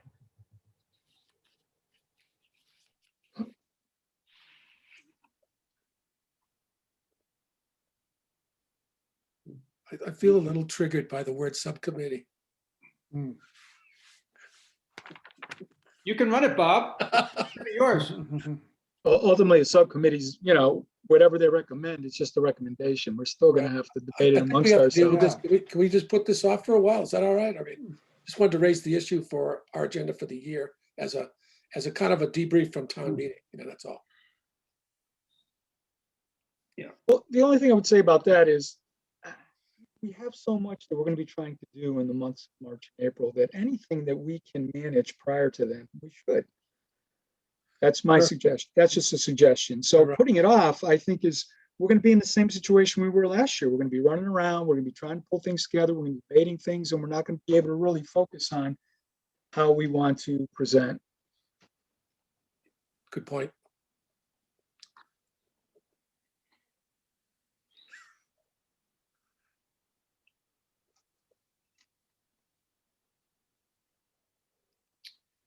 Any other thoughts, comments? Let's move on. Annual town meeting. Good discussion. Great. And I think there's at least one takeaway I have here is that this is something we probably want to address somehow, and maybe earlier rather than later, as far as guidelines. Before we get into the budgeting process, before we start meeting with people, we should do this in the fall, maybe. What do you think? Early fall? Mm-hmm. We can get the moderator to come to one of our meetings. Sure.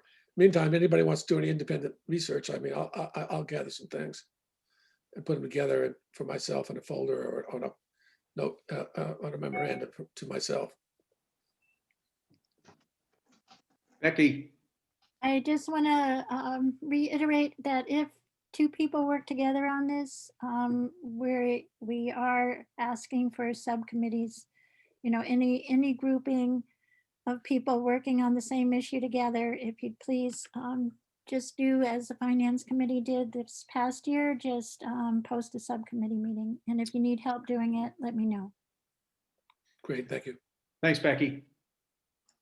Subcommittee of one. I'll just do some memorandum to myself. All right, Bob.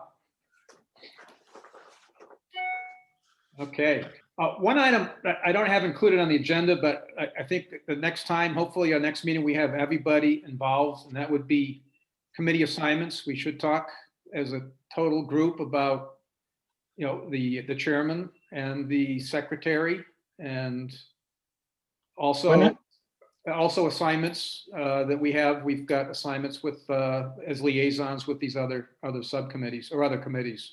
So Why maybe, not talk about it? Why not talk about it now? Because not everybody's here. yeah, Well, AJ, AJ said he was happy to continue to be the secretary. Oh, Yeah. that's great. He yeah, wrote so that if in an we're all- email. if we're all happy with that, we can do that. But but he's not here to participate in any of these others, for example, a chairman discussion or. I personally don't see why we'd want to change anything. It's all the same members, and unless somebody disagrees, I would say let's vote. But Jim, are you comfortable being chair again? It's work and you did a good job at town meeting. I appreciate that a lot, but are you comfortable with it? Well, I think the most important is this shouldn't just be an assignment. If there's others that have interest, there should be an opportunity for those members to weigh in, and I just don't think this should be an assignment that just happens or continues. I'm not interested. Hmm? I'm not interested. Incumbency has a lot of power, Jim. Is that right? Jim, you did a great job last year. I mean, I would vote for you. Me too. You'd be my first choice. I make a motion that we nominate him for chair. I second that. And I want to go back to the discussion. How would you feel about that, Jim? And is there any way you'd like to change that? Yeah, that's a good question. I mean, I'm okay continuing if there isn't somebody else that's really up for it right now. I'm okay with continuing right now. Yeah. I appreciate that. And I think it's useful to have you be the spokesperson for the FinCom more than 1 year. I think that's a good thing. Yes. Good point.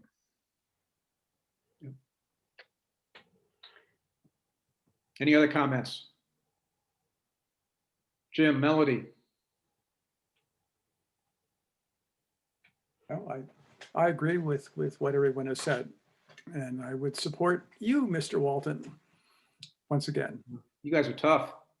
You're not wiggling out of this. I think you did a great job. I think Okay. that's unanimous. Oh my gosh. Arvanitis, aye. Okay. Chartier, aye. Groves, aye. Hemingway, aye. Closure, aye. Well, thanks for your well, Walton, yes, I'll say aye. Thank you. Thank you very much. Thank you for your comments. What about committees? Is there anybody that's representing us, the FinCom, on one of these other committees that would rather not continue? Or is there someone that's not on a committee right now that would like to be part of one of these, liaise with one of these committees? Right now, we've got, was it Bob and AJ or with capital planning? Susie, you're with school. George and Melody with personnel. Jim with, yeah. Is there anyone that would rather not be doing those? Or is there somebody that's not doing one of those who would like to be doing one of them? continue as is. I'm good with where I am. Yeah. I Okay. think AJ feels the same, if I could speak for it. Yeah, he said, AJ, yeah, we just don't know about capital. He said he's good with secretary. Yeah. We'll just assume he's okay with capital planning, unless he speaks up at a upcoming meeting. Susie, I'm also the FinCom rep on the police study committee. okay. And you're good with continuing that? Yeah, it hasn't started yet. But I'll be comfortable with it. And I'm glad to be on the school as attending the school meetings. Okay. Okay. So I think I hear everyone's good with their roles as they represent us, the FinCom, and on these other committees, and no need to change. excellent. All right. So that's an item that's not on the agenda that we covered. Good job, Jim. All right. Expense report review. I think, Becky, you sent us, what, about 2 weeks or so ago, what should be a final, that is a final for the fiscal year 21? No, it's Can't be not final. final. It's Oh. very close. No, warrants were taken, the vendor warrants were received today, and which are adding somewhat to those numbers. So we're not final yet. If you notice in the expense report, especially in the area of the top of the third page, the elementary school, Yep. school choice, that whole section is not final. They are working diligently on it, but those numbers are not final. I did have word from the school. They believe they'll be turning $20,000 back to the town. The school will? Yeah, that's So their there's probably about current another estimate. there's a little over $500,000 still that should still show up on that we don't see in our latest report. Right. Between the 173, is it for the school? 134,000 they show unspent, but that's subject to some other bills that have to pay, is that it? Yes. And the transportation costs hadn't been paid yet? No, they haven't sorted that out. The estimate was like $7,000 or $8,000 savings, I think. Hopefully they'll come in better than that. We don't know.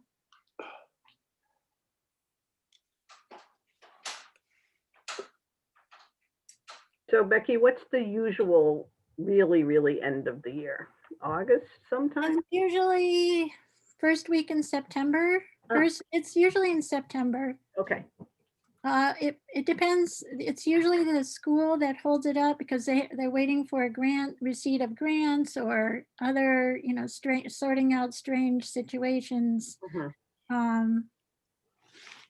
So for the majority of the line items are close to final. This warrant week will have an impact, and then there'll be more bills dribbling in for the next couple of weeks, next month. Will any of those be taken care of? Could any of those be taken care of out of the FinCom reserve? No, this was the final chance for anything to be covered by the finance reserve. Okay. Yeah, no bills can be put against a zero line item at this point. When you say what does that mean, a zero line item? Where the balance is zero. Like if you look at the Amherst Pelham Regional School, the balance is zero. We're 100% spent. Okay, so if we're 100% spent or over, then we Can't go over. Yeah. Okay. But there's no chance that we're going to have to do another FinCom reserve transfer to cover another overdrawn account when all's said and done. We're confident that we've covered everything, even if all the bills aren't in. Pretty confident that, there could be some crazy surprise, but, it would have to happen in a different way. It wouldn't be through a finance committee reserve. This was your last possible chance to use the finance reserve. And sometimes there's bills like we had at annual town meeting that just never showed up until later, and then we took care of them at annual town meeting. That can happen, right? Yeah, 9/10 required. I have one in there this year. But Becky, if we have, what controls the, what are rollover accounts versus money going to back to cash? There's That's no the revolving. call. I'm sorry, that's the accountant's call. She Okay, so we talked really to can't, we can't really Selectmen. look at that until we get the final numbers, right? How Right. these lines are gonna be treated. So I think maybe we need to get the final numbers and then spend some time. And hopefully you'll send them to us, giving us adequate time to review them in detail at home. And so we can come with our marked up expense report and look at it and scrutinize it. and see. That, I guess what are you saying? You're I'm just saying saying that- you want to decide what carryovers are and what aren't carryovers? Because that's the role of the accountant. not Okay, if the that's the role of the finance. accountant, fine, but I want to also examine what was spent and then look at the particulars of each department and see how that might impact this next year's budget and so forth. But I think it's important for us to study this document, to see how it worked out this year, evaluate it. And we need the final numbers to do that well, I think, You get them every year. Right, okay, and I'm just saying that maybe this document is not as useful as the final document, which I would hopefully agree. we'll have soon.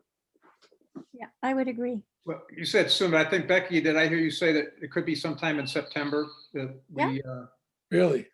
yeah. A lot of work that goes into closing the books at the end of the year. The accountant is very busy. I'm sure she's, these things Yeah, just this don't is fall a- together. Well, Yeah. working in private industry, we never close the books in 15 days. I mean, it takes at least a month, and we've been doing that the last 10 years. But prior to that, it used to take us 2 months. It does take time. It's a lot to ask. I don't know how much more is really going to change. Well, I mean, those big numbers like the school numbers, that makes a big difference, to evaluate the school budget. If they're actually spending the money, then we know, within a small amount of money, hopefully, how much it cost them to operate last year. Yeah. Well, and like I said, Bruce is already projecting they'll have 20,000 to give back to the school. I mean, to the town. Okay, so that's the case of right now, when you say Bruce, was that for all of the does that mean all of the education line? Because we have 235,000. No, Bruce is the finance director for the Yeah, so that elementary just means the school. elementary school. Yeah, but the regional school we've already paid our full assessment, so that's not going to change. Is the transportation part. The transportation part is open, school choice and charter are open, and they're always wild cards. So if we have, if right now there's 235,000 in education, most of that is elementary school. We're still below budget. We're below budget by 235,000. So you're seeing that according to Mr. Turner, we'll be around about 200, we'll see about another $200,000 of expenses. No, you can only focus in on the elementary school line. That's all Bruce can tell us about. So it's only the elementary school. It's currently 134,753. He's estimating a balance of about 20,000. Becky, another issue that stood out was the chapter 90. And I assume that since I just did a bunch of work on Pelham Hill Road, that they'll be paying some bills out of that line. Is that where the chapter 90, is that the road work money? Chapter 90 is road work money, and it's a reimbursement program. So will the road work that's just been done recently, like in June or on Pelham Hill Road, won't that come out of that line? Won't that be hit up that line? You're talking Maybe. about, which page is it Let's on, see, Bob? Page 7. Okay, and the chapter 90 money, Bob, is independent of the budget. So it'll roll over, but it has no Okay. impact on our So that's main just budget. a rotating account. And they just draw that down. Yes. Yeah, so you see the year's prior balances. FY21, we were allocated $134,023. The reason you don't see it spent down yet is because of it's a slow process where we the reimbursement paperwork has to go in and it takes a while, but that has to be done before we close the books as well. And so it's, following up, making sure all that paperwork Just a is question in. on that subject. And then, Does that money, can that money be applied to highway department wages, or is it just for contractors? I mean, if our road crew does some work on prepping the road, can we apply the grant money to that, or? I haven't heard it done on wages. I know some towns Curious. buy dump Yeah. trucks with it. Ye- They buy larger items, but it's really kind of frowned I upon. know, because in the olden days, back when Gary was the road boss, he used to say that he needed the chapter money, 90 money to keep his crew busy in the summer. And, I guess I'm looking at that as compared to today. I don't know if the town gets any of that money for its own operations or not. No, this is all from Okay. materials. The way we said it, And always contract been stuff. materials. And Well- yeah, contracting, like if he hires, Warner Brothers. Others. the paving companies to come in, Clark to do something. If you have design work, you can pay for your design work, for engineering for a building, a bridge. Yeah. You can spend chapter 90 money on those things. It's not used for wages. Yeah, and Bob, I'm thinking that when Gary said that, what he was saying was he needed that project. His guys would be able to set up and do the traffic and, all the prep work that they have to do before the asphalt company comes in. And it was just a way he kept his crew busy through the summer. Yeah. Made sure they were employed full time, not necessarily that he was using chapter 90 to pay it, right? Yeah, I've never seen chapter 90 in our town be used for wages. Like they paved in front of my house, and before the paving company showed up, they were out there for half a day just prepping the site, so that was their work. And that, I'm sure, comes out of the budget. Oh, yeah. Yeah, interesting calculus of when you hire somebody, if somebody else is paying for them. Well, thank God we do have. If Warner Brothers does the work and and the state pays for it, that's different than us paying for it. Jim, this isn't that related, but I'm curious about this 14830.32 waste disposal lot 032. That's been in the budget year after year after year. It keeps getting carried forward. I was looking back to some of the older Where is expense that? reports. Where- It's on page 3, and it's not many lines down, line 6.692. Thank you. It's been something that's been every year, it just keeps on sort of turning up. It's never spent. What is it for, and how is it supposed to be used? Could you give me some information? Yes.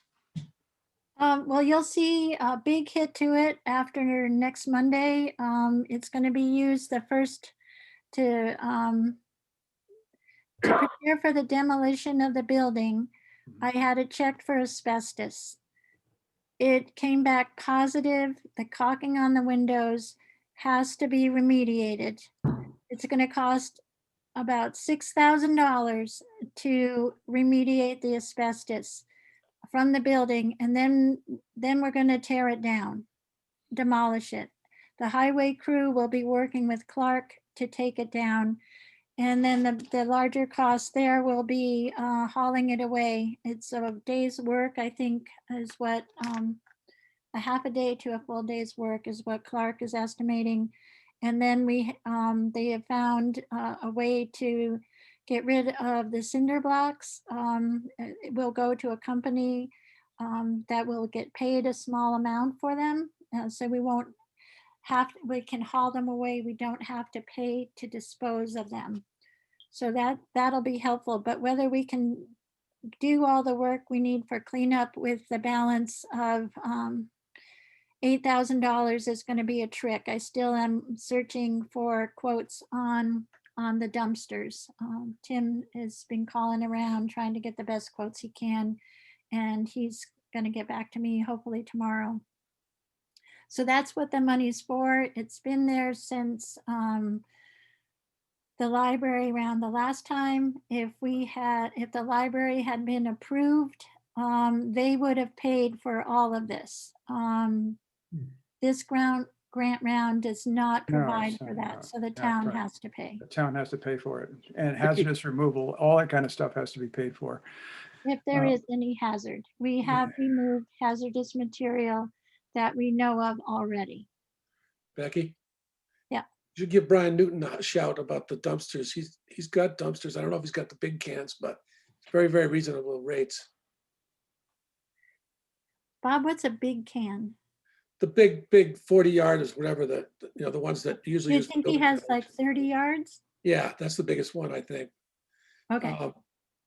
But he brought a smaller one to me, but I don't know. He might have bigger ones too, but he's definitely worth Okay, I'll checking out. definitely call him. Thank you. I think we need 2 for the building, for the roof is what Dennis is estimating. But then there's a bunch of other stuff, junk we need to clean up through the area, and we might, I don't know how many we're gonna need yet. Could need, I'll tell you as soon as we know for sure. Didn't the fire department burn down the house that was on that land? And gee, maybe we ought to have them burn down that ugly old barn once again. I might- Cement block, Jim. Come on. What? No, there's plenty of rotten wood, that's all ready to go, and God knows it's wet enough out there not to, to see it spread any. But I don't know. Once you've identified asbestos, you're gonna have to Yeah, handle asbestos that. is, You yeah, have to go through a permitting process and to Yeah. do it according to the book. there's junk all over the place there, and it's going to be also very. I mean, I was talking to Tim Hunting about driving the back. He was saying he can't even drive his backhoe over there because he gets stuck. It's the water, the water table is so high, and right now it must really be. It must just be a swamp. Oh, it's not wet now. Come on. Oh. There's standing water about 8 to 10 inches Yeah. near the building. So Yeah, I bet. that's the holdup. Dennis is behind because of the weather on his other projects. And we have to be sure that we won't get stuck out there when when our trucks are moving through there. So it's not going to be able to be done right away. By the way, I went down Montague Road the other day and it was in beautiful shape. It looked really good. I was really, really surprised and impressed. Becky, broadband's going to want to know where those, where our fiber is going to go, because we have we still have some fiber on big Yeah, reels. we're going to need to roll those out of the way. Yeah, and just leave them out in the open. Is that the plan? What would you like to see done with them? I was going to bring that topic up.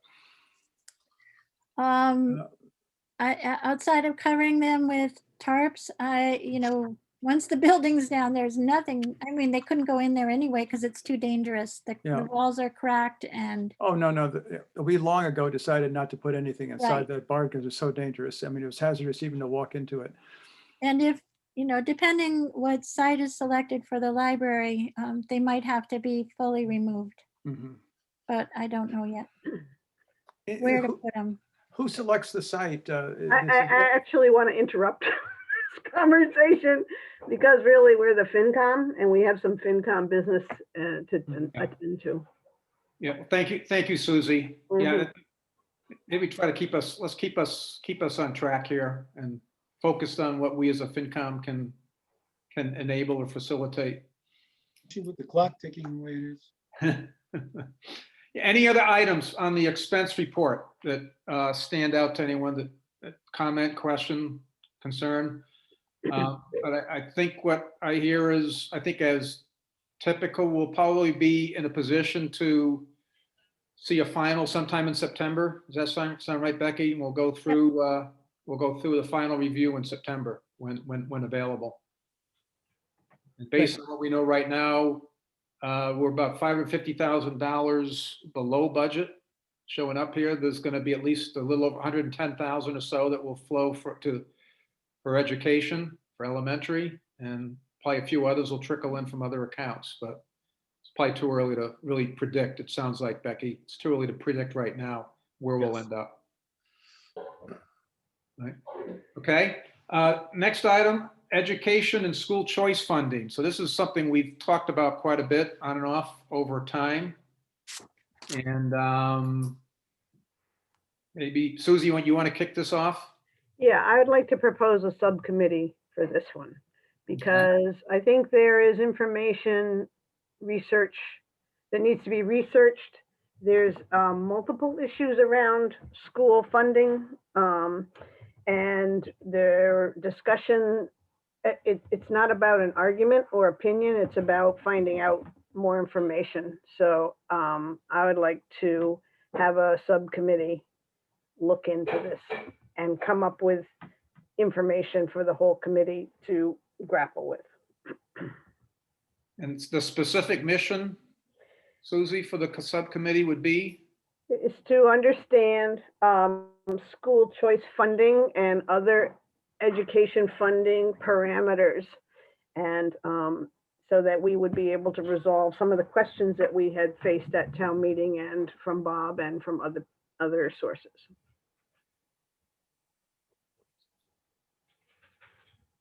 Okay, so this would be a committee that would form maybe now, a subcommittee that would form now, and then report back to the finance committee on some findings at a future meeting? Yep. Okay. Any discussion? Well, when do you think this committee is going to meet, Susie? I'm kind of under the gun these days, but I would like to participate in this. Yeah, well, it will relieve some of our FinCom time because we won't be arguing. We'll just be having some information presented. So I feel like the sooner we started, the better. It's not a law that's about to change or, and there's a couple of, there would be a discussion for where we go to look for the information and then we get it together and then we discuss it. So I'm ready. I'm ready. I don't know why we need to form a subcommittee for these things. Why can't we just use our committee to resolve these issues and bring information? There's information to be hunted down. I want to know how other towns handle this. I want to hear that. I want to hear from the state. There's also in the Massachusetts Association of Town Finance Committees, there's a section in there that talks about when you get an increase of revenue in your town, certain percentage is supposed to go to the school, and I don't know where that's coming from. I want to find out more about it. I want to find out what towns in our region and our regional school do for this. And you know, people make it seem simple if we pay out school of choice money and we get in school of choice money, it should be a wash of some sort. That's not the way the law is organized. So I'd like to find out how it works. All due respect, Susie, I did quite a bit of homework on this and brought it to the committee. I've looked into this for a couple of years now. I've got a lot of things on my plate, and I'm on a lot of committees now for the town. It's just very difficult to have to spend endless hours in committee meetings when we could just be presenting the facts to the committee in a regular meeting. I don't know what the utility of these subcommittees is. I find this, you know, I mean, look, I'll just be frank, like I don't want to spend all my life in committees, you know? We've gone down this road before. I don't see why we have to go down this road again. Bob is over and over again has brought facts right directly from DLS to the, you know, to our committee. This is just rehashing and just, I just think this is not, we've done this before. We've talked about this, and I think it's pretty clear what has been said in the past. I disagree. Well, can we discuss this at the next meeting? I'll spend some time thinking about it, Susie. Is that okay with you? Yeah, and I would like to begin it soon because we are already spending more time on this discussion, and I don't see that's a useful time spent. Yeah, I guess I don't see any downside to putting together, doing some research, looking through, exploring the various range of these areas that Susie's referred to, and just coming back, and the outcome is we'll all be better informed about what this is and what we can do or not do. Mm-hmm. So I guess I just don't see any downside to doing this research. Just time spent. Like I did talk to the people in Pelham. I did talk to the Department of Education. I did talk Department of Revenue. I did speak with other finance committee chairs, members rather, and other town officials in local towns. So, you know, it's not like I just got this out of my mind when I was taking a nap or something. I have done my homework on this issue, and I brought the issue before the committee. I've talked to Dan Hayes and to the school committee about this, and I think that we need to have more conversations with the school committee. Becky Wright points out they're part of this process. They've got a lot of money. We have to address this issue. If we need another committee, you know, I will serve on the committee, but really, we can't have endless subcommittees being formed all the time. It just takes a lot of time. Yeah, George. There seems to be disagreement in how it works. That's the problem, right? And so I'd like, before we do anything, let's identify what the disagreements are. Where are the points? I mean, we all know, I think we all know that it's up to the school committee to spend this, but I'm confused about this issue because I've seen a lot of things from a lot of people and I've heard no consensus on what the real rule is. And it would be great if somebody told us what the parameters are, what the guidelines are, you know, the rules. And then certainly the Department of Education, and I get provided a link to the Finance Committee where they give a full explanation of the rules, explanations, the law, all of that. It's all there. But I quoted from it, but I provided a link to the whole document. Is it an interpretation issue? Are we having their, trouble? It's their description of what their policy is towards school choice funding and how it should be handled by finance committees. We're already spending too much time on this. Yeah. Bob We're said going he to wants continue to to think spend time about, on it if we don't talk about it. Bob said he wants to think about whether he would be willing to be on a committee and I want to be on a committee for this. I don't want to spend this kind of meeting time chasing around on it. So I need to look into it. I guess I could be a committee of one. I don't care. Bob, could you do me a favor and send that link again? Sure, I'll be happy That to. information that you had and that you sent us in the past, I would like to look at it before our next meeting. I will do that, and I would just ask the chair to allow us to discuss this at our next meeting and put it off till then. Is that possible? I guess I don't understand why we can't decide. We're having a discussion now and why we can't come to a decision tonight. We've got 6 of our members. I think we could sort this out tonight and decide how to go forward. Again, this is, from my perspective, I mean, as a finance committee, I welcome this. So anytime that we all get more educated on something that we spend time, almost every single one of our meetings, talking about and tying up a lot of time, if we can take some of this out of our regular meetings and do this research offline separately in a subcommittee, I don't understand the downside to that.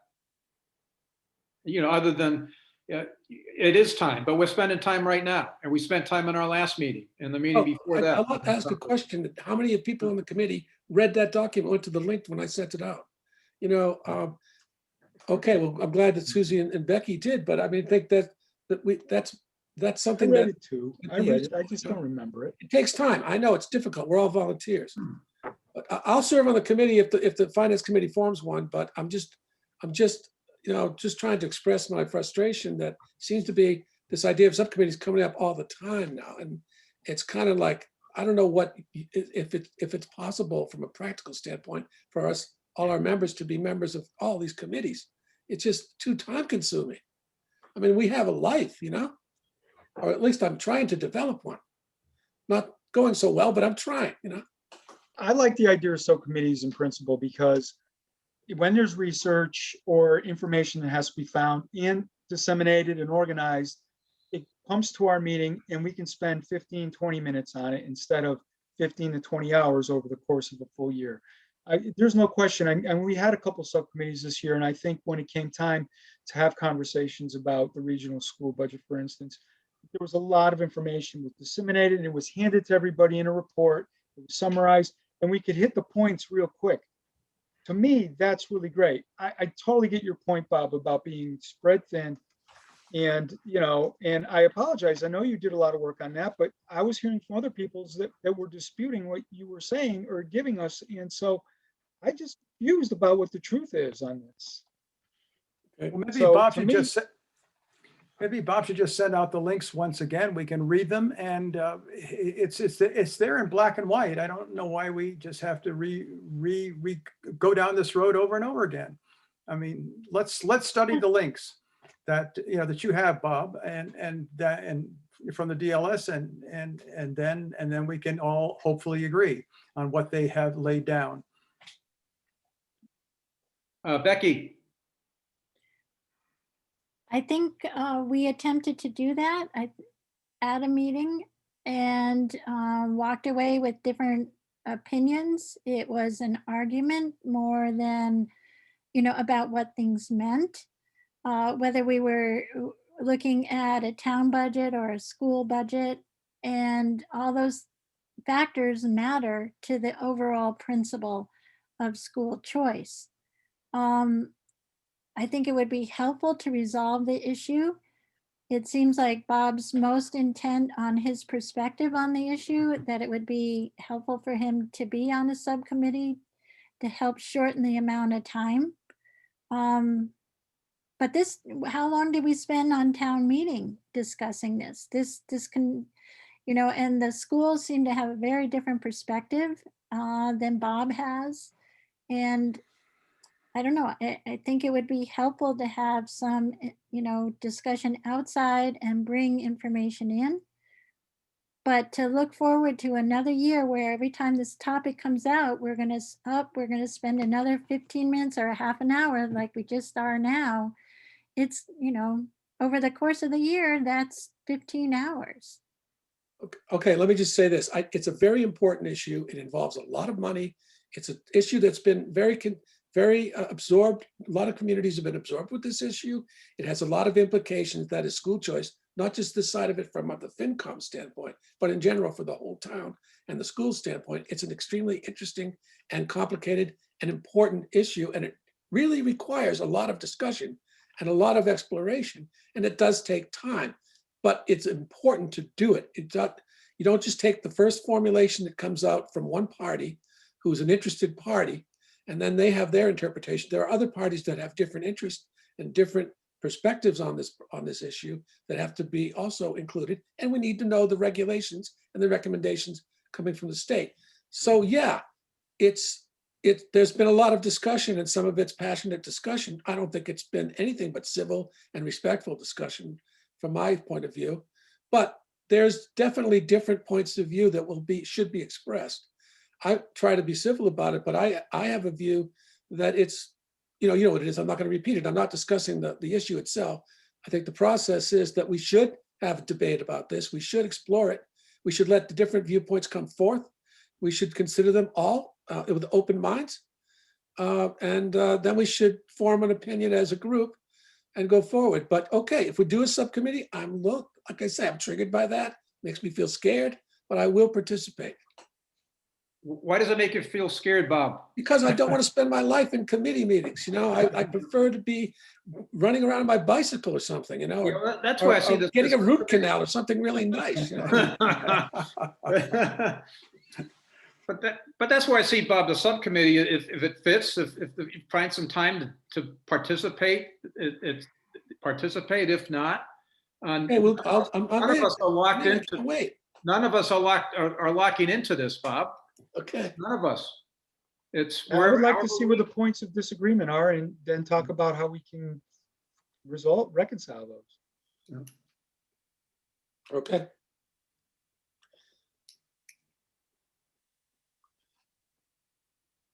So Yeah, we're do creating we- a committee?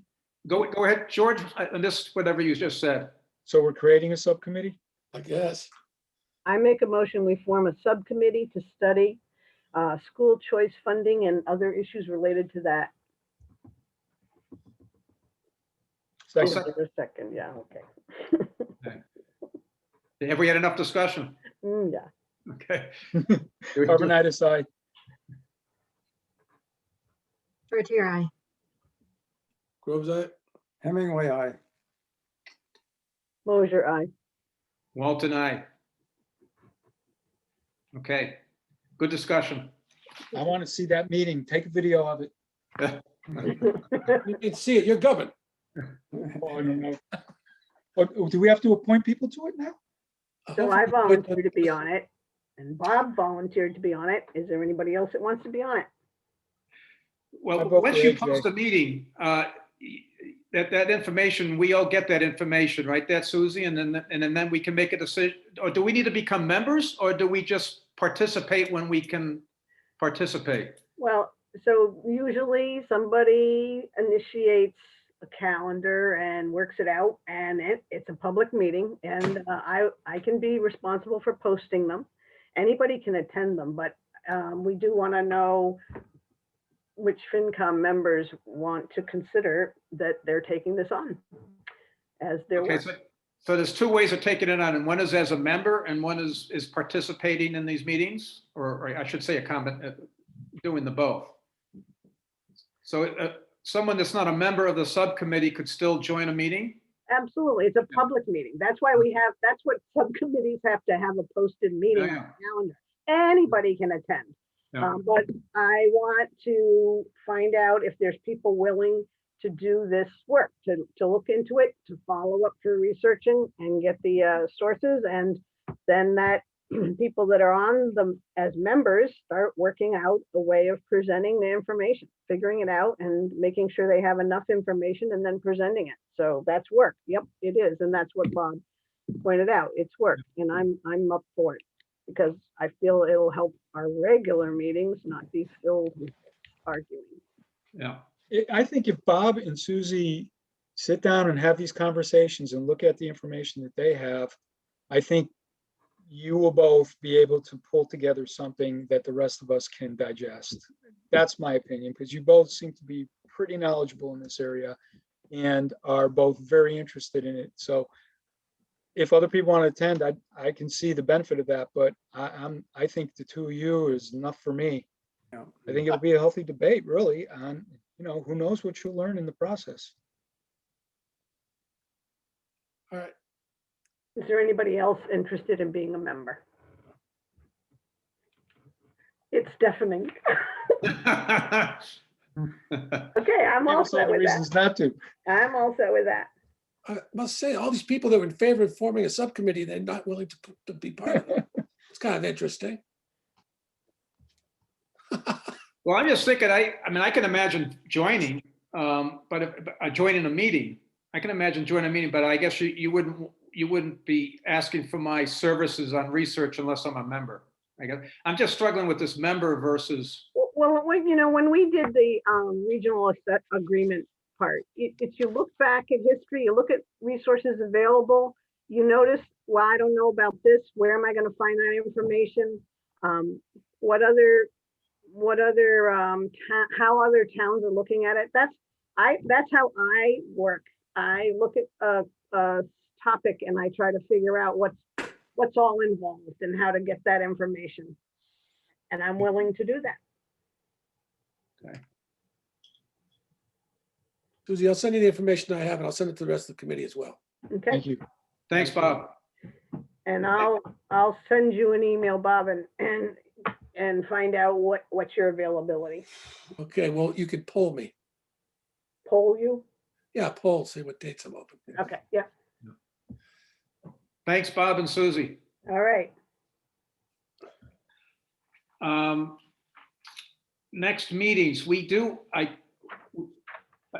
I think everybody, or just about everybody, has indicated interest in joining the library group on August 3. So I did schedule a finance committee meeting so that we will have a quorum there at that library meeting on August 3rd. I don't recall the specific time. I think it's early afternoon. 1 o'clock. 1 o'clock. 1 o'clock. Yeah, Becky. Just a reminder, this is an in-person meeting. Okay. Oh, thanks for.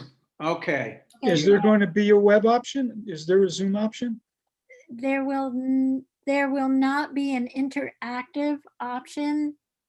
We are going to make sure that it's, Zoom you'll be able to watch the meeting, but we can't have interactive. It'll just be, because there's going to be around 18 people already at the meeting, and we're going to try to have it so people can hear the proceedings, but we can't take any comments from the public. It's because, but at least people will be able to be there and hear what's going on. Okay, And it's thanks for only making that. town officials. Thanks for making that point, Becky. When I did schedule a meeting, I did set it up as a meeting at Town Hall, as opposed to a virtual meeting. Right. Oh. Town hall big enough? Hopefully the Board of Health gave us clearance downstairs in the big room, What time is the meeting? 1 o'clock. 1 o'clock. Susie, There also will be on August 17th, a meeting at the SAC that is open to the public where people can also come to ask questions in public. this is like an informational kind of a meeting on the project, or? Yeah, the MBLC people will be coming out to talk about the Oh. small libraries project. The MBLC people will be presenting. Yeah, and answering questions. And that's been sent out in a, how has it been sent out? It's been on the library news. I don't know, and I think that's a town announced that it came through. Yeah, I think it was a town announcement as well. Mhm. Susie, what's the difference between the one on the 3rd and the one on the 17th? The Since one they're on the both- 3rd is for officials, for town officials. And the one on the 17th is for everybody. Both are public meetings because that's the way the, the world works. But the one for the 17th at the SAC is primarily for the public. Is the state going to be there? Yeah, that's the point of it. The state will be at both of them. Okay. Hmm.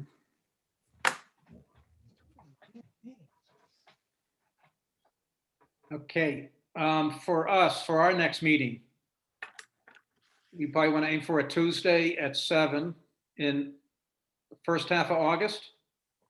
Okay. How does the first half of August look for everybody? First half's good, second One of half's those not good. first couple of Tuesdays, or 2 or 3 Tuesdays. So either the 10th or the 17th. Oh, and the select board is meeting one of those. I think. Well, we're going to be busy on the 17th, potentially, some of us. Yeah, I think we're gonna have to schedule around the 17th because that event, Susie, is at what time? 6:30. Yeah, so that Oh. destroys meeting that night. Yeah. Well, the 10th it is? Pretty sure it's the 17th. Yeah, the select board is scheduled to meet on the, Yeah, I was just hearing that. Mm, the 3rd, and so the 10th is open right now. right. Yeah, let's do it the 10th. Finance How does the Committee, 10th August look- 10th? How does the 10th look for everybody? Good. I'm working on a few Melody, things for August, Jim, but George?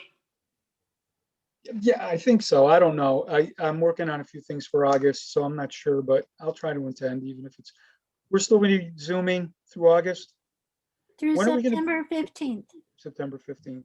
And that could change, right? Actually, I think I'm behind the times. I think it's already been extended to April 1st or April 15th. But we have the option now. Governor, Wow. when Melody, they attacked him. Yeah. I'm just curious, are we stuck on 7 o'clock meetings? I mean, we're gonna be going back to the office and I think 6:30 would work better for me personally, and I just don't, I mean, going up to 9 or sometimes 9:15 or 9:30. I'm just wondering, is it written in stone or jello that it's 7 o'clock? I think stone. It's just been that way for so long, but I'm sure the stone can melt. It's written in stone with jello. And so Becky, when it comes on the night of a select board meeting, so far you've made it 7 work. o'clock really makes it possible. Like tonight, the Select Board and Finance Committee collided, but we were able to take advantage of it. So 7 o'clock made a real difference. Yeah, maybe we should start off with 6:30 and move it to 7 if we need to, because you don't often have select board FinCom the same night. So we could start at 6:30 except for exceptions. Sorry with me. So we'll start at 6:30 for August 10th. Okay, Is everybody okay with that? yeah. Yes. August 10, 6:30. Thank you, everybody, for your consideration.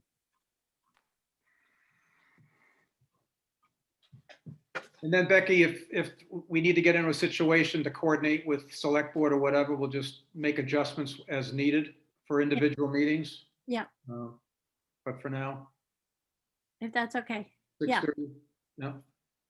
Do So we Jim- have an agenda for August 10th? Do we have agenda items? Not a final agenda yet, but if somebody has something out right now they want to make sure is covered. Well, We used to skip August. Yeah, I was going to say, Yeah, maybe, skip August. maybe Bob That's and the I. agenda item.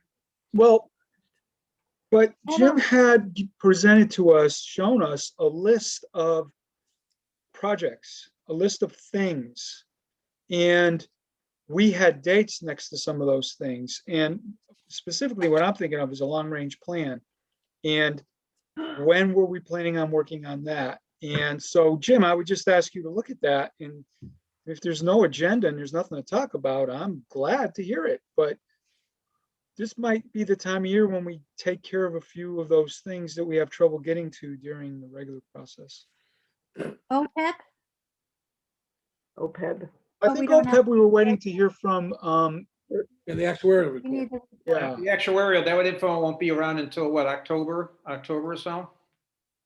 I better check with the treasurer.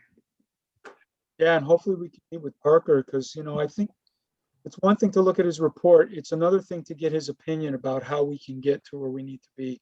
Because we're debating amongst ourselves. We got a guy here who, does this for a living. Yeah. That would be good to get his opinion. Jim?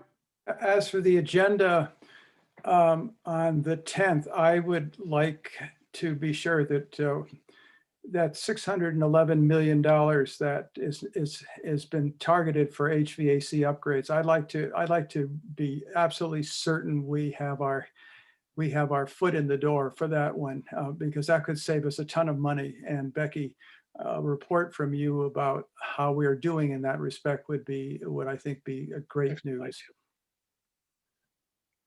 Sounds good. I have one piece of news for tonight.